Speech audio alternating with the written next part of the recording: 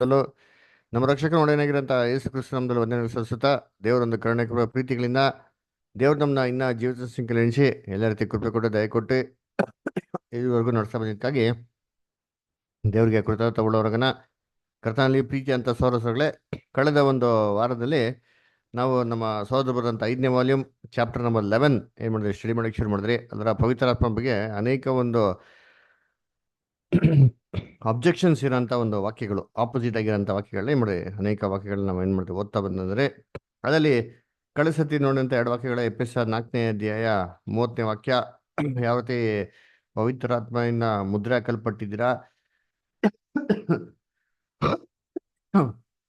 ಅದನ್ನ ನಂದಿಸ್ಬೇಡಿ, ಆಮೇಲೆ ಇನ್ನೊಂದ್ ಕಡೆ ದುಃಖಿಸ್ಬೇಡಿ ಅಂತ ಹೇಳ್ತಾರೆ, ಆಮೇಲೆ ಸತ್ಯದ ಆತ್ಮ ಅಂತ ಹೇಳ್ತಾರೆ. ಈ ಒಂದು 3 ವಾಕ್ಯಗಳನ್ನ ಅರ್ಥ ಏನ್ ಮಾಡಿದ್ರಿ ನಾವು ಸತ್ಯವೇದ ಮುಖಾಂತರ ನೋಡಿದ್ರಿ ಅದರ.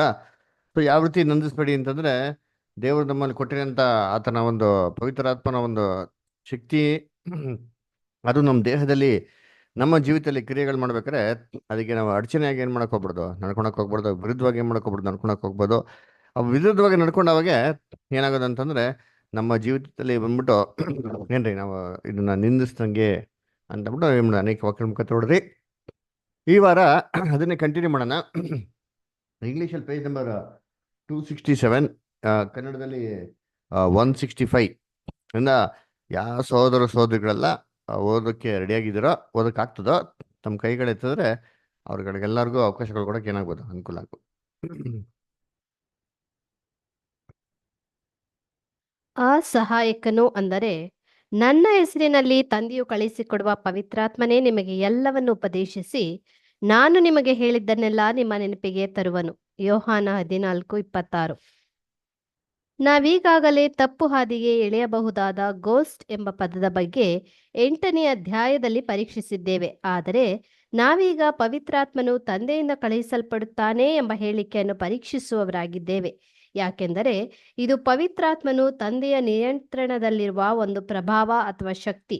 ಮಾನವ ಕಲ್ಪಿತ ವಿಶ್ವಾಸ ಅರಿಕೆಯಲ್ಲಿ ತಪ್ಪಾಗಿ ಪ್ರತಿಪಾದಿಸುವಂತೆ ಆತನು ದೇವರಿಗೆ ಸಮಾನವಾದ ಶಕ್ತಿ ಮತ್ತು ಮಹಿಮೆಯನ್ನು ಹೊಂದಿರುವ ಮತ್ತೊಂದು ವ್ಯಕ್ತಿ ಅಲ್ಲ ಎಂಬ ಅರ್ಥ ನೀಡುತ್ತದೆ.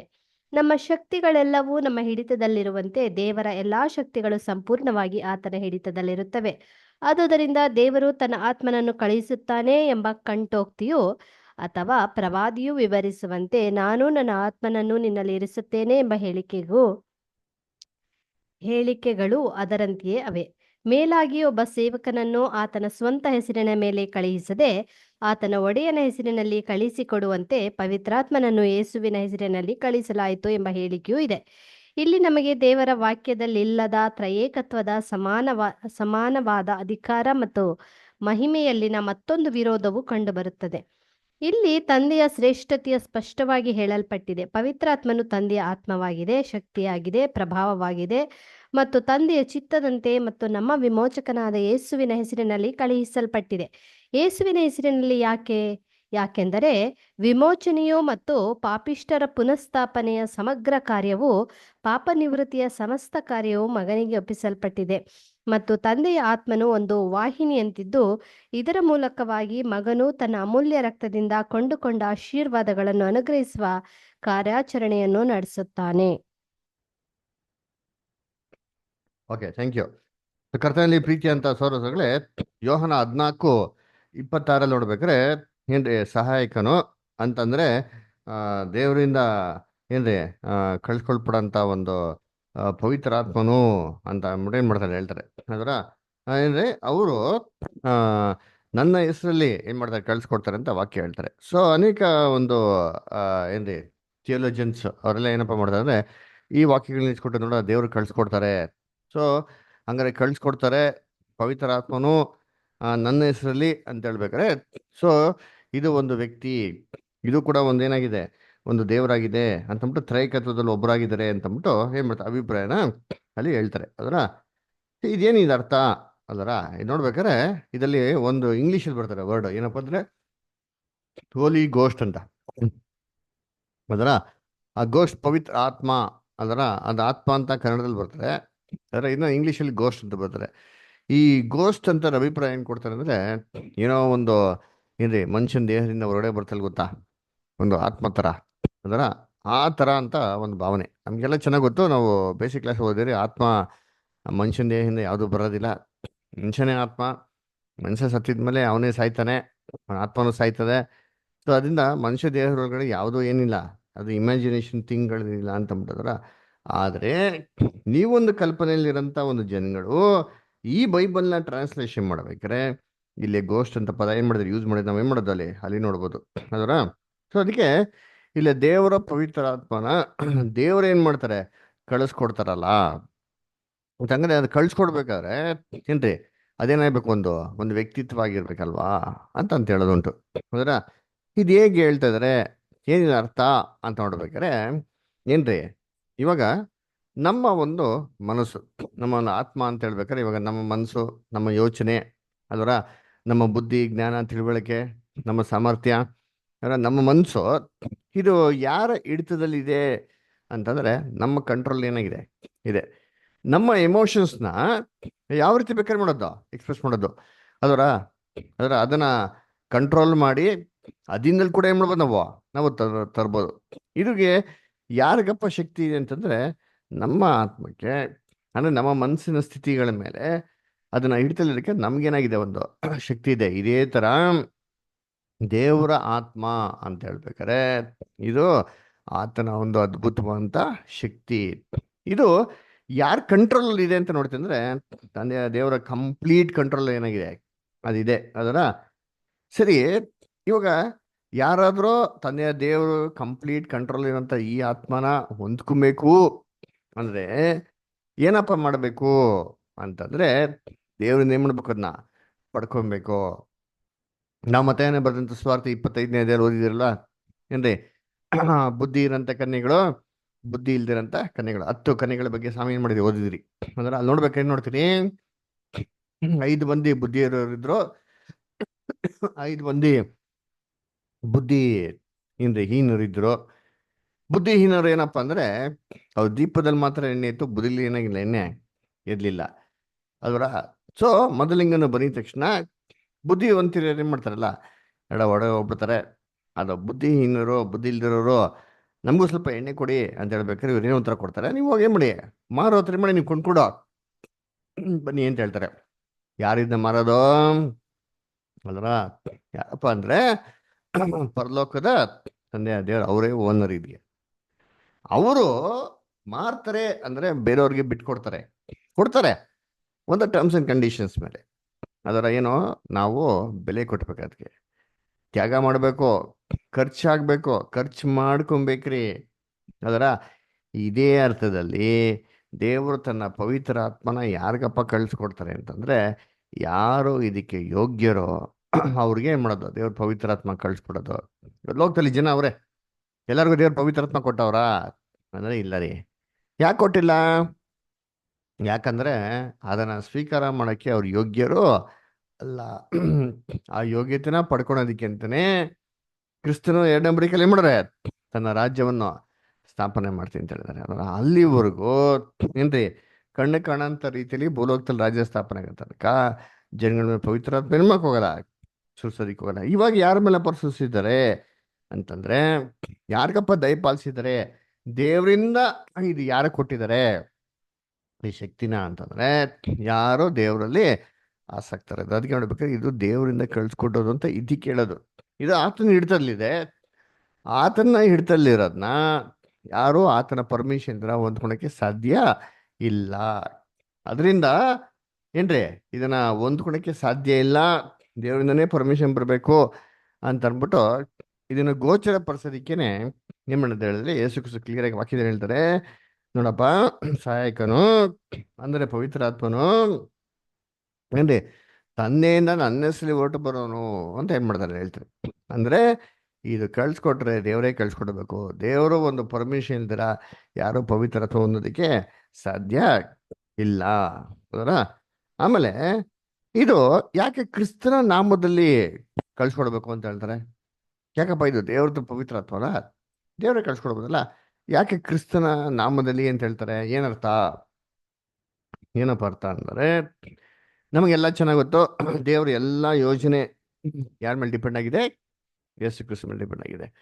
ಅದರ ಇಡೀ ಮನುಕುಲಕ್ಕೆ ಒಂದು 1000 ವರ್ಷದಲ್ಲಿ ರಾಜ್ಯವನ್ನು ಮಾಡ್ತೀನಿ ಅಂತ ಹೇಳ್ಬೇಕಾರೆ, ಎಲ್ಲ ಸತ್ತೋಗಿರೋನೆಲ್ಲ ಎಬ್ಬಿಸ್ತೀನಿ ಅಂತ ಹೇಳ್ಬೇಕಾರೆ, ಆ ರಾಜ್ಯ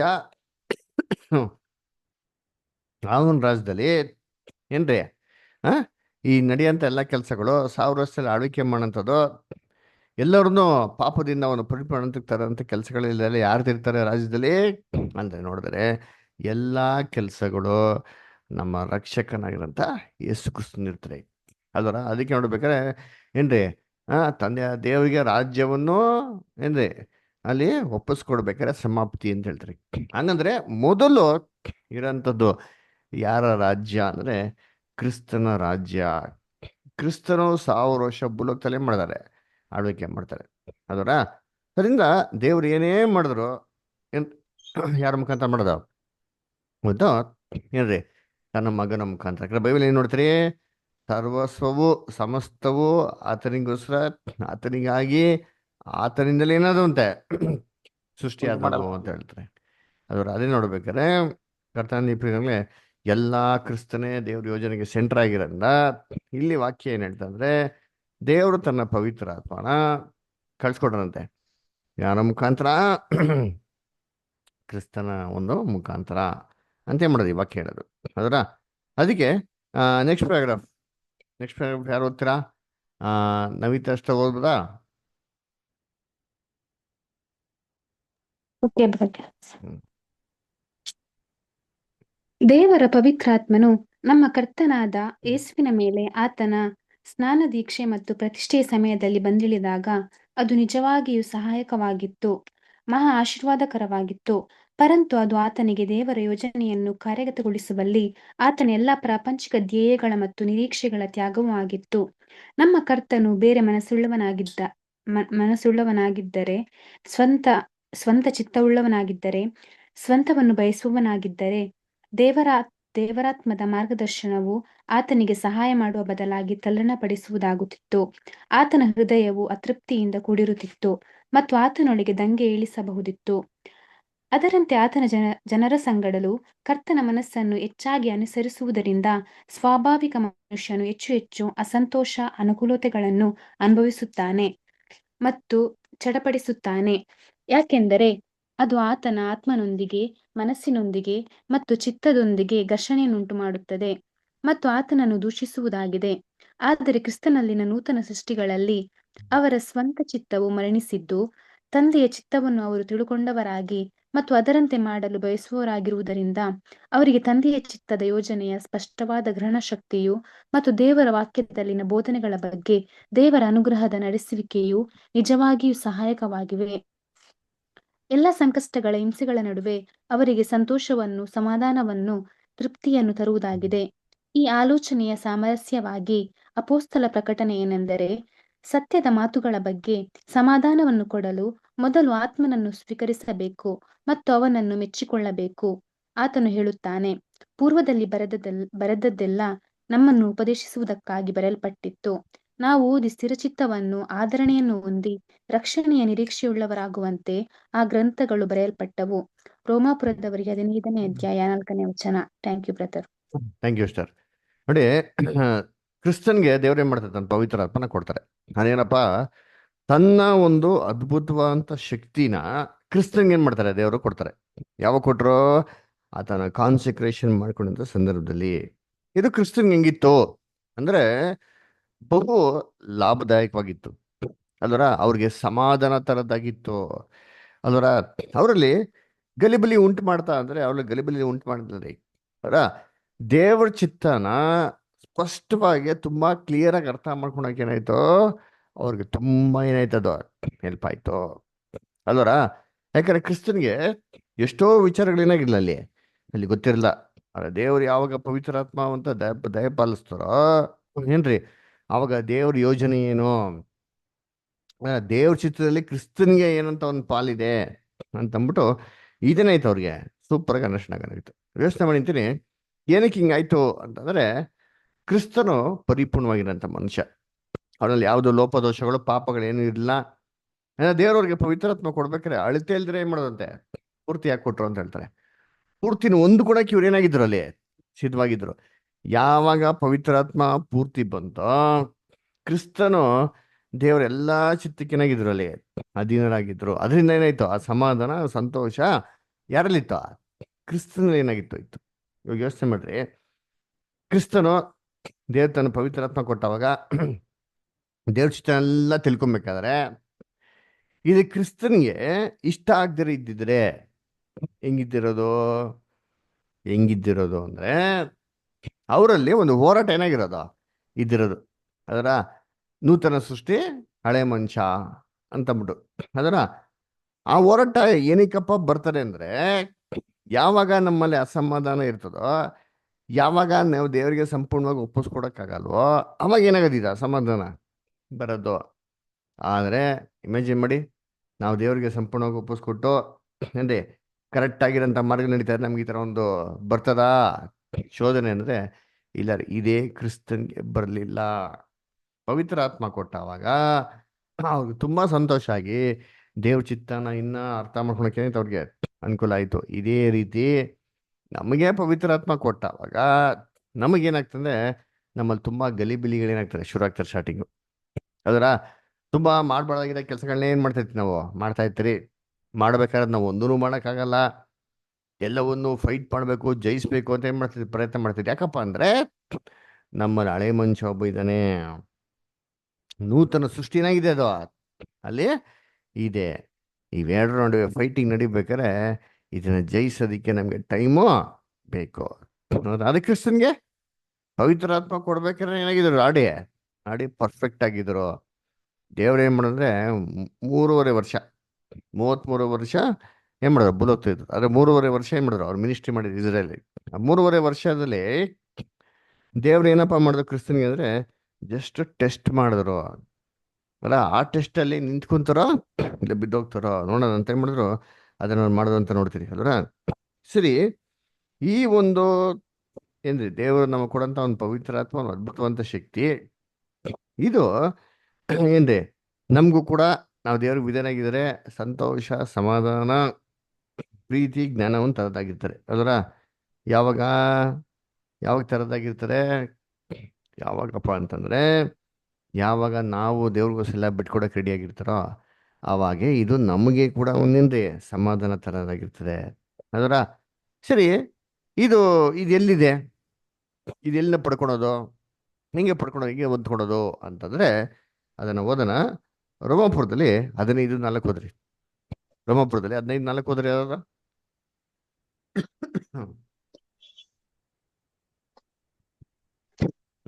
ಓದ್ರಿ, ಯಾರು ಜಲ್ದಿ.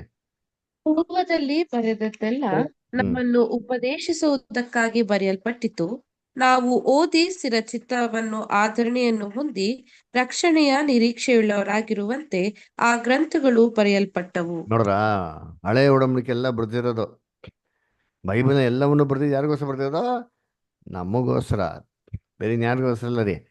ದೇವರು ಪವಿತ್ರಾತ್ಮ ಕೊಡ್ತಾರೆ ಗೊತ್ತಾ. ಆ ಪವಿತ್ರಾತ್ಮ ಕೊಡ್ಬೇಕಲ್ಲೇ ನಮ್ಮಲ್ಲಿ ಏನಾಗಿರ್ತಾರೆ, ಒಂದು ಗಲಿಬಿಲಿಗಳು ಆಗ್ತಾರೆ ನೋಡ್ರ. ಏನ್ರಿ ಈ ಗಲಿಬಿಲಿಗಳನ್ನ ಜಯಿಸೋದಿಕ್ಕೇನೆ ದೇವ್ರು ನಮ್ಗೆ ಹೆಂಗೆ ಕೊಟ್ಟಿರೋದು, ಈ ಒಂದು ಹೋಲಿ ಸ್ಪಿರಿಟ್ ಅಂತ ಏನು ಮಾಡೋದು ನಮಗೆ ಕೊಟ್ಟಿರೋದು ಅಲ್ಲರ. ಅದಕ್ಕೆ ಪೂರ್ವದ ಬರೆದಿದ್ದೆಲ್ಲವೂ ನಮ್ಮ ಉಪದೇಶಕ್ಕಾಗಿಯೂ ಏನು ಮಾಡುತ್ತೆ ಬರೆಯಲ್ಪಟ್ಟಿದೆ. ಇದರಲ್ಲಿ ಎಲ್ಲದರಲ್ಲೂ ನಮ್ಗೆ ಒಂದೊಂದಲ್ಲ ಒಂದು ಎಂಕರೇಜ್ಮೆಂಟಾ ಇದೆ, ಒಂದೊಂದು ಲೆಸನ್ಸ್ ಇದೆ. ಆ ಲೆಸನ್ಸ್ ಕೇಳ್ತಾ ಇರ್ಬೇಕಾದ್ರೆ ನಮ್ಗೇನಾಗ್ತಾರಪ್ಪ ಅಂತಂದರೆ ನಮ್ಮಲ್ಲಿರೋಂಥ ಕೆಟ್ಟದನ್ನೆಲ್ಲ ಬಿಡೋದಕ್ಕೆ ನಮಗೆ ಅನುಕೂಲ ಆಯ್ತದೆ ಅಂದ್ರೆ. ಅದರಿಂದ ಕರ್ತನಲ್ಲಿ ಪ್ರೀತಿ ಅನ್ಸೋಗಳೇ ಇದನ್ನು ದೇವರು ದಯಪಾಲಿಸೋದು ಹೆಂಗಪ್ಪ ಅಂದರೆ ಏನ್ರಿ, ತನ್ನ ಮಗನಾಗಂತ ಕ್ರಿಸ್ತನ ಒಂದು ತ್ಯಾಗ ಮುಖಾಂತರ ಅದರ. ಹಂಗಂದ್ರೆ ಇಲ್ಲಿ ಒಂದು ಪಾಯಿಂಟ್ ಯೋಚನೆ ಮಾಡಬೇಕು ಅಲ್ಲ, ದೇವರು ತನ್ನ ಪವಿತ್ರಾತ್ಮನ ಕ್ರಿಸ್ತನ ಮುಖಾಂತರ ಕೊಡ್ತಾರೆ ಅಂದ್ರೆ ಏನಪ್ಪ ಅರ್ಥ ಅಂದರೆ, ದೇವರೇ ಬೇರೆ, ಕ್ರಿಸ್ತನೇ ಬೇರೆ. ವಾಕ್ಯ ಹೇಳ್ತಾರೆ, ತಂದೆಯ ಆತ್ಮವನ್ನು ಕ್ರಿಸ್ತನ ಮುಖಾಂತರ ನಮ್ಗೇನು ಮಾಡ್ತಾರೆ, ನಮಗೆ ಕೊಡ್ತಾರೆ. ಯೋಚನೆ ಮಾಡಿ, ತಂದೆ ಮತ್ತು ಮಗ, ತಂದೆ ಮತ್ತು ಯೇಸು ಕ್ರಿಸ್ತು ಇಬ್ಬರು ಒಂದೇ ಆದರೆ ನಮ್ಗೆ ಯಾಕೆ ಈ ಥರ ಪದ ಬಿಡಬೇಕು ಅಲ್ವರ. ಅದಕ್ಕೆ ಕ್ರಿಸ್ತನ ಮುಖಾಂತರ ಕೊಡ್ತಾರೆ ಅಂದ್ರೆ ಏನಪ್ಪ ಅರ್ಥ ಅಂದರೆ, ಈ ಕ್ರಿಸ್ತನ ಒಬ್ಬರು ಬೇರೆ, ಏನ್ರಿ ತಂದೆ ದೇವರೇ ಏನಾಗಿದ್ದಾರೆ ಬೇರೆ ಆಗಿದ್ದಾರೆ ಅಂತ ಅರ್ಥ. ಅದರ ಇಲ್ಲ ಅಂದ್ರೆ ಕ್ರಿಸ್ತನ ಮುಖಾಂತರ ಕೊಡಬೇಕು ಅಂತ ಏನು ಅವಶ್ಯಕತೆ ಇತ್ತು? ದೇವರೇ ಕೊಡ್ಬೋದಾ ಡೈರೆಕ್ಟಾಗಿ? ಅದರ ನನ್ನ ಆತ್ಮವನ್ನು ನಿಮ್ಮ ಮೇಲೆ ಕೊಟ್ಟಿದ್ದೀನಿ ಅಂತ ಹೇಳ್ಬೋದಲ್ಲ, ಯಾಕೆ ಕ್ರಿಸ್ತನ ಅಂತ ಆತ್ಮ ಅಂತ ಹೇಳ್ತಾರೆ? ಏನಕ್ಕೆ ರೆಫರೆನ್ಸು ಅಂತ ನೋಡ್ಬೇಕಾರೆ, ಏನ್ರಿ ತಂದೆ ದೇವ್ರು ಏನೇ ಮಾಡಿದ್ರು ಯಾರ ಮುಖಾಂತರ ಮಾಡೋದು? ಕ್ರಿಸ್ತನ ಮುಖಾಂತರ ಮಾಡೋದು ಅಲ್ವರ. ಕ್ರಿಸ್ತನಿಲ್ಲದ್ರೆ ಯಾವ ಕೆಲಸನೇ ಮಾಡಕ್ ಹೋಗಲ್ಲ ಅವರು ಅವರು ಮಾಡಕ್ ಹೋಗಲ್ಲ. ಅದರಿಂದ ನೋಡ್ಬೇಕಾದ್ರೆ ದೇವ್ರ ಯೋಜನೆಯಲ್ಲೇ ಅದು. ಕೊಲೋಸ್ಯರು 1:15-18 ಓದ್ತಿಲ್ಲ ಏನ್ರಿ, ಸರ್ವವನ್ನು ಸೃಷ್ಟಿ ಮಾಡಿದಂತ ಆತನು ಏನ್ರಿ ಏನ್ ಮಾಡಿದಂತೆ? ತನ್ನ ಸೃಷ್ಟಿಗೆಲ್ಲ ಜ್ಯೇಷ್ಠ ಪುತ್ರನ ಯಾರಪ್ಪ ಅಂತ ನೋಡ್ತೀರಿ? ಕ್ರಿಸ್ತನು. ಅದು ಮಾತ್ರ ಅಲ್ಲ ಅಲ್ವರ. ಇನ್ನ ವಾಕ್ಯ ಮುಂದಕ್ಕೆ ಹೋದ್ರೆ ಏನ್ ಹೇಳ್ತಾರೆ? ಮುಂದಕ್ಕೆ ಎಲ್ಲಾ ಕೆಲಸಗಳಲ್ಲಿಯೂ ಕ್ರಿಸ್ತನೇನ್ರಿ ಹಾ ಇಂಪಾರ್ಟೆಂಟ್ ಅಂತ ಹೇಳ್ತಾರೆ. ಹಂಗಾರೆ ಕ್ರಿಸ್ತನ ಬಿಟ್ಬಿಟ್ಟು ಏನ್ರಿ ಇವೆಂತ ಮಾಡೋಂಥದ್ದು ಏನಲ್ಲ, ಅದು ಸೂಟಬಲ್ ಆಗಿರೋದಿಲ್ಲ ಅಂತ ನೋಡ್ತೀರಿ ಅಲ್ವರ. ಅದಕ್ಕೆ ಕರ್ತನಲ್ಲಿ ಪ್ರೀತಿಗಳೇ ಏನಪ್ಪ ನೋಡ್ಬೇಕು ಏನ್ರಿ, ಈ ಹೋರಾಟ ನಮ್ಮಲ್ಲಿದೆ. ಯಾವ ಹೋರಾಟ? ಏನ್ರಿ ಈ ಒಂದು ಹೊಸ ಸೃಷ್ಟಿ ಹೇಳಂತ ಮಾತುಗಳಿಗೂ, ಈ ಹಳೆಯ ಮನುಷ್ಯನಿಗೆ ದೇಹದಲ್ಲಿ ಮತ್ತೆ ಆಲೋಚನೆ ಬರುವಂತ ಮಾತುಗಳಿಗೂ ಹೋರಾಟ ಏನಾಗಿರ್ತದೆ ಇರುತ್ತೆ ಅಂತ ನೋಡ್ತೀರಿ. ಯಾವ ರೀತಿ ಹೋರಾಟ ಇರ್ತದೆ ಅಂತ ನೋಡಿದ್ರೆ ಏನ್ರಿ, ನಾವು ಪರ್ಫೆಕ್ಟ್ ಅಲ್ಲ ರೀ, ಇಂಪರ್ಫೆಕ್ಟ್. ಕ್ರೈಸ್ಟ್ ಪರ್ಫೆಕ್ಟ್ ಆಗಿದ್ರು, ಬ್ಯಾಪ್ಟಿಸಮ್ ಹೋಲಿಸ್ಬಿಟ್ಟು ಕೊಟ್ಟರು, ಅದನ್ನ ಫುಲ್ಲು ಅಂಡರ್ಸ್ಟ್ಯಾಂಡ್ ಮಾಡ್ಕೊಂಡು ಅದ್ ಪ್ರಕಾರ ನಡೆಯೋದಕ್ಕೆ ಏನಾಯ್ತು ಅವ್ರಿಗೆ ಅನುಕೂಲ ಆಯ್ತು. 40 years ಏನ್ ಮಾಡೋರು, ಸರಿ 40 days ಏನ್ ಮಾಡೋರು ಅವರು ಆ ಥರ ಕೆಲಸ ಏನ್ ಮಾಡೋರೆ ಅವರ. ಎಲ್ಲೆಲ್ಲಿ ಹೋದ್ರೆ ಎಲ್ಲರಿಗೂ ಏನ್ ಮಾಡೋರು, ಉಪವಾಸ ಇಂದ ಫ್ರೀಯಾಗಿ ಏನ್ ಮಾಡೋರೆ, ಯಾರು ದುಡ್ಡು ಇಸ್ಕೊಂಡಿಲ್ಲ, ಎಲ್ಲರಿಗೂ ಅನ್ನ ಪಾನಗಳೆಲ್ಲ ಏನ್ ಮಾಡೋರೆ, ಹೆಸರು ಕೊಟ್ಟಾರೆ ಅದರ. ಅದರಿಂದ ಕ್ರೈಸ್ಟಿಗೆ ಏನಾಯ್ತು, it was very easy for him. ಅವ್ರ ಮೈಂಡ್ ಏನಾಗಿಲ್ಲ ಅಲ್ಲಿ ಡಿಸ್ಟರ್ಬ್ ಆಗಿಲ್ಲ, ಅವ್ರ ಮೈಂಡ್ ಕ್ಲಿಯರ್ ಆಗಿ ಏನಾಗಿತ್ತು, ಕ್ರಿಸ್ತ ಮೇಲೆ ಫಿಕ್ಸ್ ಆಗಿತ್ತು. ಇವಾಗ ನಾವು ದೇವ್ರ ಮಕ್ಕಳಾಗಿ ಇದನ್ನ ಮಾಡ್ತೀರಿ ಅಂತಂದ್ರೆ ಇದೇಗಿರ್ಬೇಕು ಅಲ್ವರ. ಅದಕ್ಕೆ ಹೇಳೋದು, ಇದನ್ನ ದೇವರು ನಮಗೇನ್ ಮಾಡೋದಂತೆ, ಕ್ರಿಸ್ತನ ಮುಖಾಂತರ ತನ್ನ ವಾಕ್ಯಗಳ ಮುಖಾಂತರ ನಮ್ಗೇನ್ ಮಾಡೋದು, ನಮಗೆ ದೇವರು ಅದನ್ನ ದಯಪಾಲಿಸಿದ್ದಾರೆ. ಅವರ ವಾಕ್ಯನ ಹೆಚ್ಚಿನಾಗೇ ಓದ್ದವಾಗ, ಅದ್ರ ಪ್ರಕಾರ ನಡ್ಕೊಂಡಾಗ ನಾವು ಪ್ರಯತ್ನ ಮಾಡಿದವಾಗ ದೇವರಲ್ಲಿರೋಂಥ ಮನಸ್ಸು, ದೇವರಲ್ಲಿರೋಂಥ ಒಂದು ಜ್ಞಾನ, ಬುದ್ಧಿ, ತಿಳುವಳಿಕೆ ಯಾರಿಗೆ ಬರ್ತದೆ? ನಿಧಾನ ನಮ್ಗೆ ಏನಾಗ್ತಾರೆ ಬರೋದಕ್ಕೆ ಅದು ಶುರು ಆಗ್ತದೆ ಅದರ. ಓಕೆ, ನೆಕ್ಸ್ಟ್ ಪ್ಯಾರಾಗ್ರಾಫ್ ಅಮೃತ ಓದೋದಾ? ಓದ್ತೇನೆ ಬ್ರದರ್, ಓದಮ್ಮ. ಓದ್ತೇನೆ. ಪವಿತ್ರಾತ್ಮ ಭರಿತರಾಗುವುದು, filled with the holy spirit. ಆಗ ಅವರೆಲ್ಲರೂ ಪವಿತ್ರಾತ್ಮ ಭರಿತರಾಗಿ ಆ ಆತ್ಮ ತಮಗೆ ನುಡಿಯುವ ಶಕ್ತಿಯನ್ನು ಕೊಡುವ ಪ್ರಕಾರ ಬೇರೆ ಬೇರೆ ಭಾಷೆಗಳಿಂದ ಮಾತಾಡುವುದಕ್ಕೆ ಪ್ರಾರಂಭಿಸಿದರು. ಅಪೊಸ್ತಲ ಕೃತ್ಯಗಳು 2ನೇ ಅಧ್ಯಾಯ 4ನೇ ವಚನ. ಈ ವಾಕ್ಯ ಭಾಗವು ಪವಿತ್ರಾತ್ಮನ ಎರಡು ವಿಧವಾದ ಕಾರ್ಯಾಚರಣೆಗಳನ್ನು ವಿವರಿಸುವುದಾಗಿದೆ. ಫಸ್ಟ್ ಒನ್, ಇದೊಂದು ಮನೋಪ್ರವೃತ್ತಿ. ದೇವರ ಶಿಷ್ಯರುಗಳಲ್ಲಿ ಮಗನ ಭಾವವನ್ನು ಹೊಂದಿ ಕಾರ್ಯ ಸಾಧಿಸುವ ದೇವರ ಆತ್ಮವಾಗಿದೆ.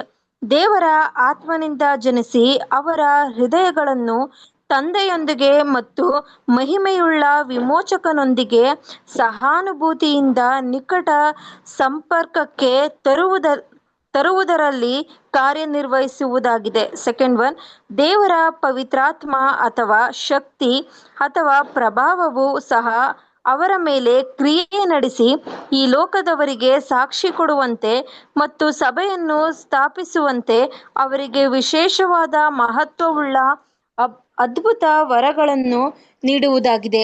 ದೇವರ ವ್ಯಕ್ತಿಗತವಾಗಿ ಒಬ್ಬನಲ್ಲಿ ಪ್ರವೇಶಿಸುವನು ಎಂದು ತಪ್ಪಾಗಿ ಆಲೋಚಿಸುವುದು ಸಮಂಜಸವೆನಿಸದು. ಅದೇ ರೀತಿಯಲ್ಲಿ ದೇವರು ನೂರಾರು, ಸಾವಿರಾರು, ಮಿಲಿಯಾಂತರ ಜನರೊಳಗೆ ಪ್ರವೇಶಿಸಿದನು ಎಂಬುದು ಸಹ ಇನ್ನೂ ಹೆಚ್ಚು ಅಸಮಂಜಸವೆನಿಸುತ್ತದೆ. ಆದರೆ ಉನ್ನತನಾದವನ ಶಕ್ತಿಯು, ಯೆಹೋವನ ಶಕ್ತಿ ಮತ್ತು ಪ್ರಭಾವವು ನೂರಾರು ಮ್ಯೂಟ್ ಆಗಿತ್ತು ಸಿಸ್ಟರ್ ಅಮೃತ. ಸಿಸ್ಟರ್ ಅಮೃತ ಅಷ್ಟೇ ಏನಿದ್ದೀರಾ? ಮ್ಯೂಟ್ ಆಗ್ಬಿಟ್ಟಿದ್ದೀರ ನೋಡಿ. Okay okay. ಸೊ ಕರ್ತನಲ್ಲಿ ಪ್ರೀತಿ ಹೆಸರುಗಳೇ ಏನ್ರಿ, ಪವಿತ್ರ ಆತ್ಮದಿಂದ ಭರಿತವರಾಗಿರಿ ಅಂತ ಹೇಳ್ತಾರೆ. ಫಿಲ್ಡ್ ವಿತ್ ಅ ಸ್ಪಿರಿಟ್ ಎಲ್ಲಪ್ಪ ಐತೆ ಅಂತಂದ್ರೆ ಅಪೋಸ್ತ ಕೃತಿಗಳು 2ನೇ ಅಧ್ಯಾಯ 4ನೇ ವಾಕ್ಯ ಯಾರು ಓದ್ರಿ? ಅಪೋಸ್ತ ಕೃತಿಗಳು 2:4 ಓದ್ರಿ ಯಾರು?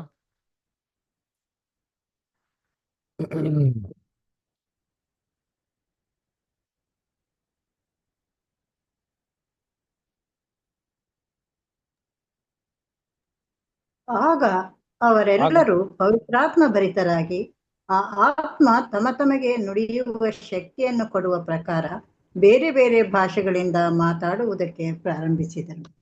Thank you sir. ಸೊ ಈ ವಾಕ್ಯದ ನೋಡಂದ್ರೆ ಪವಿತ್ರಾತ್ಮ ಭರಿತವರಾಗಿರಿ ಏನು ದೇವ್ರು ಬಂದು ತುಂಬ್ಕೊಂಡ್ಬಿಟ್ರಾ ಅಂತಂದ್ರೆ ಇಲ್ಲ ರೀ. ಅದರ ಅರ್ಥ ಏನಪ್ಪ ಅಂದ್ರೆ ದೇವರು ಅದ್ಭುತವಂತ ಶಕ್ತಿ ಏನ್ರಿ ಒಬ್ರ ಮೇಲೆ ಬಂದವಾಗ ಏನ್ರಿ ಅದು ಮಾಡಂತ ಒಂದು ಕ್ರಿಯೆಗಳು ಏನಾಗಿತ್ತು. ಅದರ ದೇವರ ಒಂದು ಮನಸ್ಸಿನ ಜೊತೆಗೆ ದೇವರ ಒಂದು ಜ್ಞಾನ ಬುದ್ಧಿ ತಿಳುವಳಿಕೆ ಜೊತೆಗೆ ನಮ್ಮ ಮುಂದೆ ತಿಳುವಳಿಕೆ ಜೋಡಣೆಯಾದಾಗ ಆವಾಗ ಸಭೆಯಲ್ಲಿ ಕಂಡಂತ ಬದಲಾವಣೆಗಳು. ಅದರ ಇದಕ್ಕೆ ಒಂದು ಎಕ್ಸಾಂಪಲ್ ಹೆಂಗಪ್ಪ ಅಂದ್ರೆ ಏನ್ರಿ ಇವಾಗ ಒಂದು ಮನೇಲಿ ಹಿರಿಯರಿರ್ತಾರೆ, 50 ವರ್ಷ 60 ವರ್ಷ ಹಿರಿಯರಿರ್ತಾರೆ. ಅದರ ಅವ್ರ ಮೈಂಡ್ಗೂ ಒಂದು 15 ವರ್ಷ ಇಲ್ಲ 10 ವರ್ಷದ ಮನೇಲಿರೋಂಥ ಮಕ್ಳುಗಳು ಮೈಂಡ್ಗೂ ಎರಡಿಗೂ ಹೊಂದಾಣಿಕೆ ಬರ್ತದಾ? ಇಲ್ಲ. ಯಾಕಂದ್ರೆ ಆ ಏಜ್ ಡಿಫ್ರೆನ್ಸ್ ಏನಾಗಿದೆ ಅಲ್ಲಿದೆ. ಅದರ ಅವ್ರಿಗೆ ಅನುಭವ ಇಲ್ಲ, ಜ್ಞಾನ ಇಲ್ಲ, ಬುದ್ಧಿ ಇಲ್ಲ, ತಿಳುವಳಿಕೆ ಇಲ್ಲ. ಅದನ್ನ ಎರಡೂ ಮ್ಯಾಚ್ ಆಗೋದಕ್ಕೇನ್ರಿ ಸಿಂಕ್ರನೈಸ್ ಆಗೋದು ತುಂಬಾ ಕಷ್ಟ. ಅದರ ಅದೇ ರೀತಿ ಪರಲೋಕದ ತಂದೆಯ ದೇವರ ಮನಸ್ಸಲ್ಲಿರೋಂಥ ಎಲ್ಲಾ ವಿಚಾರಗಳು ಅಗಾಧವಾಗಿರುವಂತ ಯೋಜನೆನ ದೇವ್ರು ನಂಗೆ ಹೆಂಗಪ್ಪ ತಿಳಿಸ್ಕೊಟ್ಟಾರೆ. ನಾವು ದೇವರ ಐಕ್ಯದಲ್ಲಿ ಸೇರೋದಕ್ಕೆ, ತನ್ನ ಮಗನ ಐಕ್ಯದಲ್ಲಿ ಸೇರೋದಕ್ಕೆ, ಅವ್ರಿಬ್ರಿಗೂ ಒಂದಾಗಿರುವಂತೆ ನಮ್ಗೆ ಹೆಂಗಪ್ಪ ದೇವ್ರಿಗೂ ದಯಪಾಲಿಸ್ತೈತೆ ಅಂದ್ರೆ ಈ ಒಂದು ದೇವರ ಒಂದು ಪವಿತ್ರಾತ್ಮ ಮುಖಾಂತರ. ಹಂಗಾರೆ ಏನಿದು ಇದೊಂದು ವ್ಯಕ್ತಿನ ಅಂದ್ರೆ ಇದು ಕಣ್ಣಿಗೆ ಕಾಣದ್ರಂತ ಅದ್ಭುತವಂತ ಏನ್ರಿ ಒಂದು ಶಕ್ತಿ. ಅದರಿಂದ ಮೊದಲು ಏನಪ್ಪ ತಿಳ್ಕೊಬೇಕು ಅಂದ್ರೆ ಇದು ದೇವರ ಮೈಂಡ್ನ ಅರ್ಥ ಮಾಡ್ಕೊಳಕ್ಕೆ ದೇವ್ರು ನಮಗೆ ಕೊಡ್ತಾರಂತ ಅದ್ಭುತವಂತ ಶಕ್ತಿ. ಅದರ ಇವಾಗ ನಾವು ಒಬ್ಬರ ಮನಸ್ಸನ್ನ ಅರ್ಥ ಮಾಡ್ಕೊಬೇಕು ಅಂದ್ರೆ ನಮ್ಗೇನ್ ಬೇಕು ಅಂದ್ರೆ ಅವ್ರ ಜೊತೆ ನಮ್ಗೇನ್ ಬೇಕು? ಅನ್ಯೋನ್ಯತೆ ಬೇಕು. ನಾವು ಒಬ್ರ ಜೊತೆ ತುಂಬಾ ಜಾಸ್ತಿ ಮಿಂಗಲಾಗಿ ಜಾಸ್ತಿ ಅವ್ರ ಜೊತೆನೆ ಓಡಾಡ್ತಾ ಇದ್ದಾರೆ, ಜಾಸ್ತಿ ಅವ್ರ ಜೊತೆಗೆ ಇದ್ದು ಅವ್ರ ಜೊತೆನೆ ಎಲ್ಲಾ ರೀತಿ ನಾವು ಸಂಪರ್ಕ ಇತ್ತು ಅಂತಂದ್ರೆ ನಮ್ಮಲ್ಲಿ ಏನಾಗ್ತದೆ? ಬದಲಾವಣೆಗಳು ಬರ್ತದೆ. ಯಾವ ತರ ಬರ್ತದೆ? ಅವ್ರಿಗೆ ಹೊಂದಾಣಿಕೆ ಇರುವಂತೆ, ಅವ್ರ ತರನೇ ಇರುವಂತೆ, ಅವ್ರ ಜೊತೆಗೆ ಇರುವಂತೆ. ಅದರ ಇದೇ ತರ ಸೇಮ್ ರೀ ನಾವು ಕ್ರಿಸ್ತಂತರಾಗಬೇಕು ಅಂತಂದ್ಬಿಟ್ಟು ಉದ್ದೇಶ ಇಟ್ಕೊಂಡೆ ದೇವ್ರು ಏನಪ್ಪ ಮಾಡಿದ್ದಾರೆ ಅಂತಂದ್ರೆ ಇದು ಹೇಗ್ ಮಾತ್ರ ಸಾಧ್ಯ ಅಂತಂದ್ರೆ ಹೆಂಗೆ ಕ್ರಿಸ್ತನು ತಂದೆ ದೇವ್ರ ಜೊತೆಗಿದ್ದಿ ದೇವ್ರ ಚಿತ್ತ ಎಲ್ಲವನ್ನೂ ನೆರವೇರಿಸಿ ದೇವ್ರಿಗೆ ಇಷ್ಟವಾದಂತ ರೀತಿ ನಡ್ಕೊಂಡ್ರು, ಇದೇ ರೀತಿ ದೇವರ ಸಂಗಡ ಇದ್ದಿರೋ ವ್ಯಕ್ತಿ ಅವನಲ್ಲಿ ಬದಲಾವಣೆಗಳು ಹೇಗೆ ಬರ್ತದೆ? ಆ ಬದಲಾವಣೆಗಳು ಏನ್ ಮಾಡ್ಲಿ ಅವ್ರ ಲೈಫಲ್ಲಿ ತರಲಿ ಅಂತ ಅಂದ್ಬಿಟ್ಟೆ ದೇವ್ರು ತನ್ನ ಅದ್ಭುತವಂತ ಶಕ್ತಿನ ದೇವ್ರೇ ಮಾಡೋದು ನಮ್ಗೆ ದಯಪಾಲಿಸಿದ್ದಾರೆ. ಅದರ ಮೊದಲನೇ ಪಾಯಿಂಟ್. ಎರಡನೇದು ಏನಪ್ಪಾ ಈ ವಾಕ್ಯದಲ್ಲಿ ನೋಡ್ಬೇಕಾರೆ ಏನ್ ನೋಡ್ತೀನಿ ಅಂದ್ರೆ ಅವ್ರಿಗೆ ದೇವರ ಪವಿತ್ರಾತ್ಮನು ಏನ್ರಿ ನುಡಿಯುವಂತ ರೀತಿಯಲ್ಲಿ ಯಾವ ತರ ವರ ಕೊಡ್ತೋ ಆ ತರ ಬೇರೆ ಬೇರೆ ಭಾಷೆಗಳು ಏನ್ ಮಾಡಿದ್ರು ನುಡಿದ್ರು ಅಂತ ಹೇಳ್ತಾರೆ. ಅದರ ಇದೇನಪ್ಪಾ ಅಂತಂದ್ರೆ ಇದು ನಮ್ಗೆ ಚೆನ್ನಾಗಿ ಗೊತ್ತು. ನಾವು ಬೇಸಿಕ್ ಕ್ಲಾಸಲ್ಲಿ ಟಂಗ್ಸ್ ಅಂಡ್ ಮಿರಾಕಲ್ಸ್ ಕ್ಲಾಸಲ್ಲಿ ಓದಿದಿರಿ. ದೇವರ ಪವಿತ್ರಾತ್ಮ ಬಂದವಾಗ ಅಲ್ಲಿ ಆದಿ ಸಭೆಯಲ್ಲಿ ಮಾತ್ರ ರೀ, ಎಲ್ಲ ಸಭೆಯಲ್ಲ ರೀ, ಚೆನ್ನಾಗಿ ಆದಿ ಸಭೆಯಲ್ಲಿ ಮಾತ್ರ ಏನ್ರಿ ಪವಿತ್ರಾತ್ಮ ಬಂದವಾಗ ಒಂದು ವಿಸಿಬಲ್ ಡೆಮಾನ್ಸ್ಟ್ರೇಷನ್ ಇರೋದು ಅಂದ್ರೆ ಕಣ್ಣಿಗೆ ಕಾಣೋಂಥ ರೀತಿಯಲ್ಲಿ ಪವಿತ್ರಾತ್ಮ ಇಳಿದಿದೆ, ಇವ್ರ ಮೇಲೆ ಪವಿತ್ರಾತ್ಮ ಇದೆ ಅಂತ ಅಂದ್ಬಿಟ್ಟು ರೆಕಗ್ನೈಸ್ ಮಾಡೋದಕ್ಕೆ ಒಂದು ಔಟ್ವರ್ಡ್ ಆಗಿ ಒಂದು ಏನ್ ಮಾಡಿದ್ರು ಒಂದು ಸೈನ್ ಕೊಟ್ಟಿದ್ರು. ಅದೇನಪ್ಪ ಅಂದ್ರೆ ಬೇರೆ ಬೇರೆ ಭಾಷೆಗಳಲ್ಲಿ ಮಾತಾಡೋಂಥದ್ದು. ಇದು ಯಾರಿಗಪ್ಪ ಸಾಕ್ಷಿಯಾಗಿದೆ ಅಂತ ನೋಡಿದ್ರೆ 1 ಕೊರಿಂಥ 14 ಇದು ಯಾರಿಗೆ ಮಾತ್ರ ಸಾಕ್ಷಿ ಅಂದ್ರೆ ಇದು ಲೋಕದವ್ರಿಗೆ ಸಾಕ್ಷಿ, ವಿಶ್ವಾಸಿಗಳಿಗೆ ಅಲ್ಲ. ಅಲ್ಲಿ ಕೂಡಿ ಬಂದಿರೋಂಥ ಎಲ್ಲಾ ಜನಗಳಿಗೆ ಇವ್ರ ಮೇಲೆ ಪವಿತ್ರಾತ್ಮ ಇದೆ ಅಂತ ತೋರ್ಸೋದಿಕ್ಕಾಗಿ ದೇವ್ರೇನ್ ಮಾಡ್ತಾರೆ ಅಂದ್ರೆ ಅವ್ರ ಮೇಲೆ ಪವಿತ್ರಾತ್ಮ ಎಲ್ಲಾರ ಮುಂದೆ ಸುರಿಸ್ತಾರೆ. ಅವರು ಬೇರೆ ಬೇರೆ ರೀತಿಯಲ್ಲಿ ಮಾತಾಡ್ಬೇಕಾರೆ ಜನಗಳಿಗೆ ಏನ್ ಗೊತ್ತಾಗ್ಬಿಡ್ತು, ಏನಪ್ಪ ಇವರು ನಮ್ಮ ಸ್ವಂತ ಭಾಷೆಗಳಲ್ಲಿ ದೇವ್ರ ರಹಸ್ಯವನ್ನ ಮಾತಾಡ್ತಾರೆ ಅಂದ್ಬಿಟ್ಟು ಇವರು ದೇವ್ರನ್ನ ಅಪ್ರಿಷಿಯೇಟ್ ಮಾಡಕ್ಕೆ ಏನ್ ಮಾಡೋದು ಅಲ್ಲಿ ಶುರು ಮಾಡಿದ್ರು. ಅದರ ಸದ್ಯ ನೋಡ್ಬೇಕ್ರೆ ಏನ್ರಿ ಇದು ಎರಡನೇ ಕೆಲಸ ಇಲ್ಲಿ ಆಗೋದು. ಅಲ್ದರ ಅಂದ್ರೆ ಏನಪ್ಪ ಏನ್ರಿ ದೇವ್ರ ಪವಿತ್ರಾತ್ಮ ತಕ್ಷಣ ಅಟ್ ಎ ಟೈಮ್ ದೇವ್ರು ಎಲ್ಲರಲ್ಲೂ ತುಂಬ್ಕೊಂಡ್ಬಿಟ್ರ ಅಂದ್ರೆ ಇಲ್ಲ ರೀ. ಅದರ ದೇವ್ರ ಅದ್ಭುತವಂತ ಶಕ್ತಿ, ಅದರ ದೇವ್ರು ಯಾರಿಗೆ ದಯಪಾಲಿಸ್ತಾರೋ ಅವ್ರು ಎಲ್ಲರೂ ಏನ್ ಮಾಡೋದು ಅಟ್ ಎ ಟೈಮು ಹೊಂದ್ಕೊಬೋದು. ಇದು ಯಾವುದೋ ರೀತಿ ಒಂದು ಆ, ಈ ಮನುಷ್ಯನಿಂದ ಆತ್ಮ ಬಿಟ್ಟೋಗ್ತದೆ, ಅವ್ನು ಇನ್ನೊಬ್ಬರು ತುಂಬ್ಕೊಂಡ್ಬಿಡ್ತಾನೆ, ಅವ್ನು ಹೋಗ್ಬಿಟ್ಟು ಅವ್ನಿಗೆ ಹಿಂಸೆ ಕೊಡ್ತಾನೆ, ಈ ಡಿವನ್ ಪ್ರೊಸೆಸ್ ಅಂತ ಹೇಳ್ತಾರಲ್ಲ ಯೇಸು ಕ್ರಿಸ್ತನ ಕಾಲದಲ್ಲಿ ಎಷ್ಟೋ ದೆವ್ವಗಳೇ ಒಬ್ಬರು ತುಂಬ್ಕೊಂಡಿತ್ತು, ಆ ದೆವ್ವಗಳನ್ನ ಓಡಿಸೋರು ಅಂತ. ಆ ಥರ ಕಾನ್ಸೆಪ್ಟ್ ಏನ್ರಿ ಇದು? ಅಲ್ವೇ ಅಲ್ಲ. ಅಲ್ರ ಇದು ದೇವರಿಂದ ಬರುವಂತ ಒಂದು ಶಕ್ತಿ. ಇದರಿಂದ ನಮಗೆ ನಮ್ಮ ಜೀವನದಲ್ಲಿ ಜಯಿಸೋದಿಕ್ಕೆ ನಮ್ಗೇನು ಸಿಗ್ತದೆ? ಸಾಮರ್ಥ್ಯ ಸಿಗ್ತದೆ, ಬಲ ಸಿಗ್ತದೆ. ದೇವ್ರ ವಾಕ್ಯದಲ್ಲಿ ಓದಿ ಓದಿ ಓದಿ ಏನ್ರಿ ದೇವ್ರ ವಾಕ್ಯದ ಪ್ರಕಾರ ನಮ್ಗೆ ಬಾಳೋದಕ್ಕೆ ನಮ್ಗೆ ಏನಾಗ್ತದೆ? ಒಂದು ಧೈರ್ಯ ಏನಾಗ್ತದೆ, ಸಿಗ್ತದೆ ನಮ್ಗೆ. ಅಲ್ವರ ಯೋಚನೆ ಮಾಡಿರ್ತೀರಿ, ಆ ಮೈಂಡ್ ನಮ್ಗೆ ಬರ್ತಾರ ಇಲ್ಲ ಅಂದ್ರೆ ಬರ್ತದೆ. ಅದರ ಏನ್ರಿ ಒಳ್ಳೆ ಒಳ್ಳೆ ವಾಕ್ಯಗಳು ಕೇಳ್ತಾರೆ, ಒಳ್ಳೆ ಒಳ್ಳೆ ಪಾಠಗಳು ಕೇಳ್ತಾರೆ, ನಮ್ಗೇನು ಅನಿಸ್ತದೆ? ಹೌದಪ್ಪ, ಅಯ್ಯೋ ನಮ್ಮಲ್ಲಿ ಇವಾಗ ಕೊರತೆಗಳಿದೆ, ನಾವು ಕೊರತೆಗಳು ಏನು ಮಾಡ್ಬೇಕು, ನಾವು ಸರಿಪಡಿಸ್ಕೊಬೇಕು, ನಮ್ಗೇನಾಗ್ತದೆ? ಫೀಲ್ ಆಗ್ತದೆ. ಇದು ಹೆಂಗಾಗ್ತದೆ ಅಂತಂದ್ರೆ ಪೂರ್ವ ಕಾಲದಲ್ಲೆಲ್ಲ ಬರ್ದಿರೋದೆಲ್ಲ ಯಾರಿಗೋಸ್ಕರ ಬರ್ದಿರೋದ?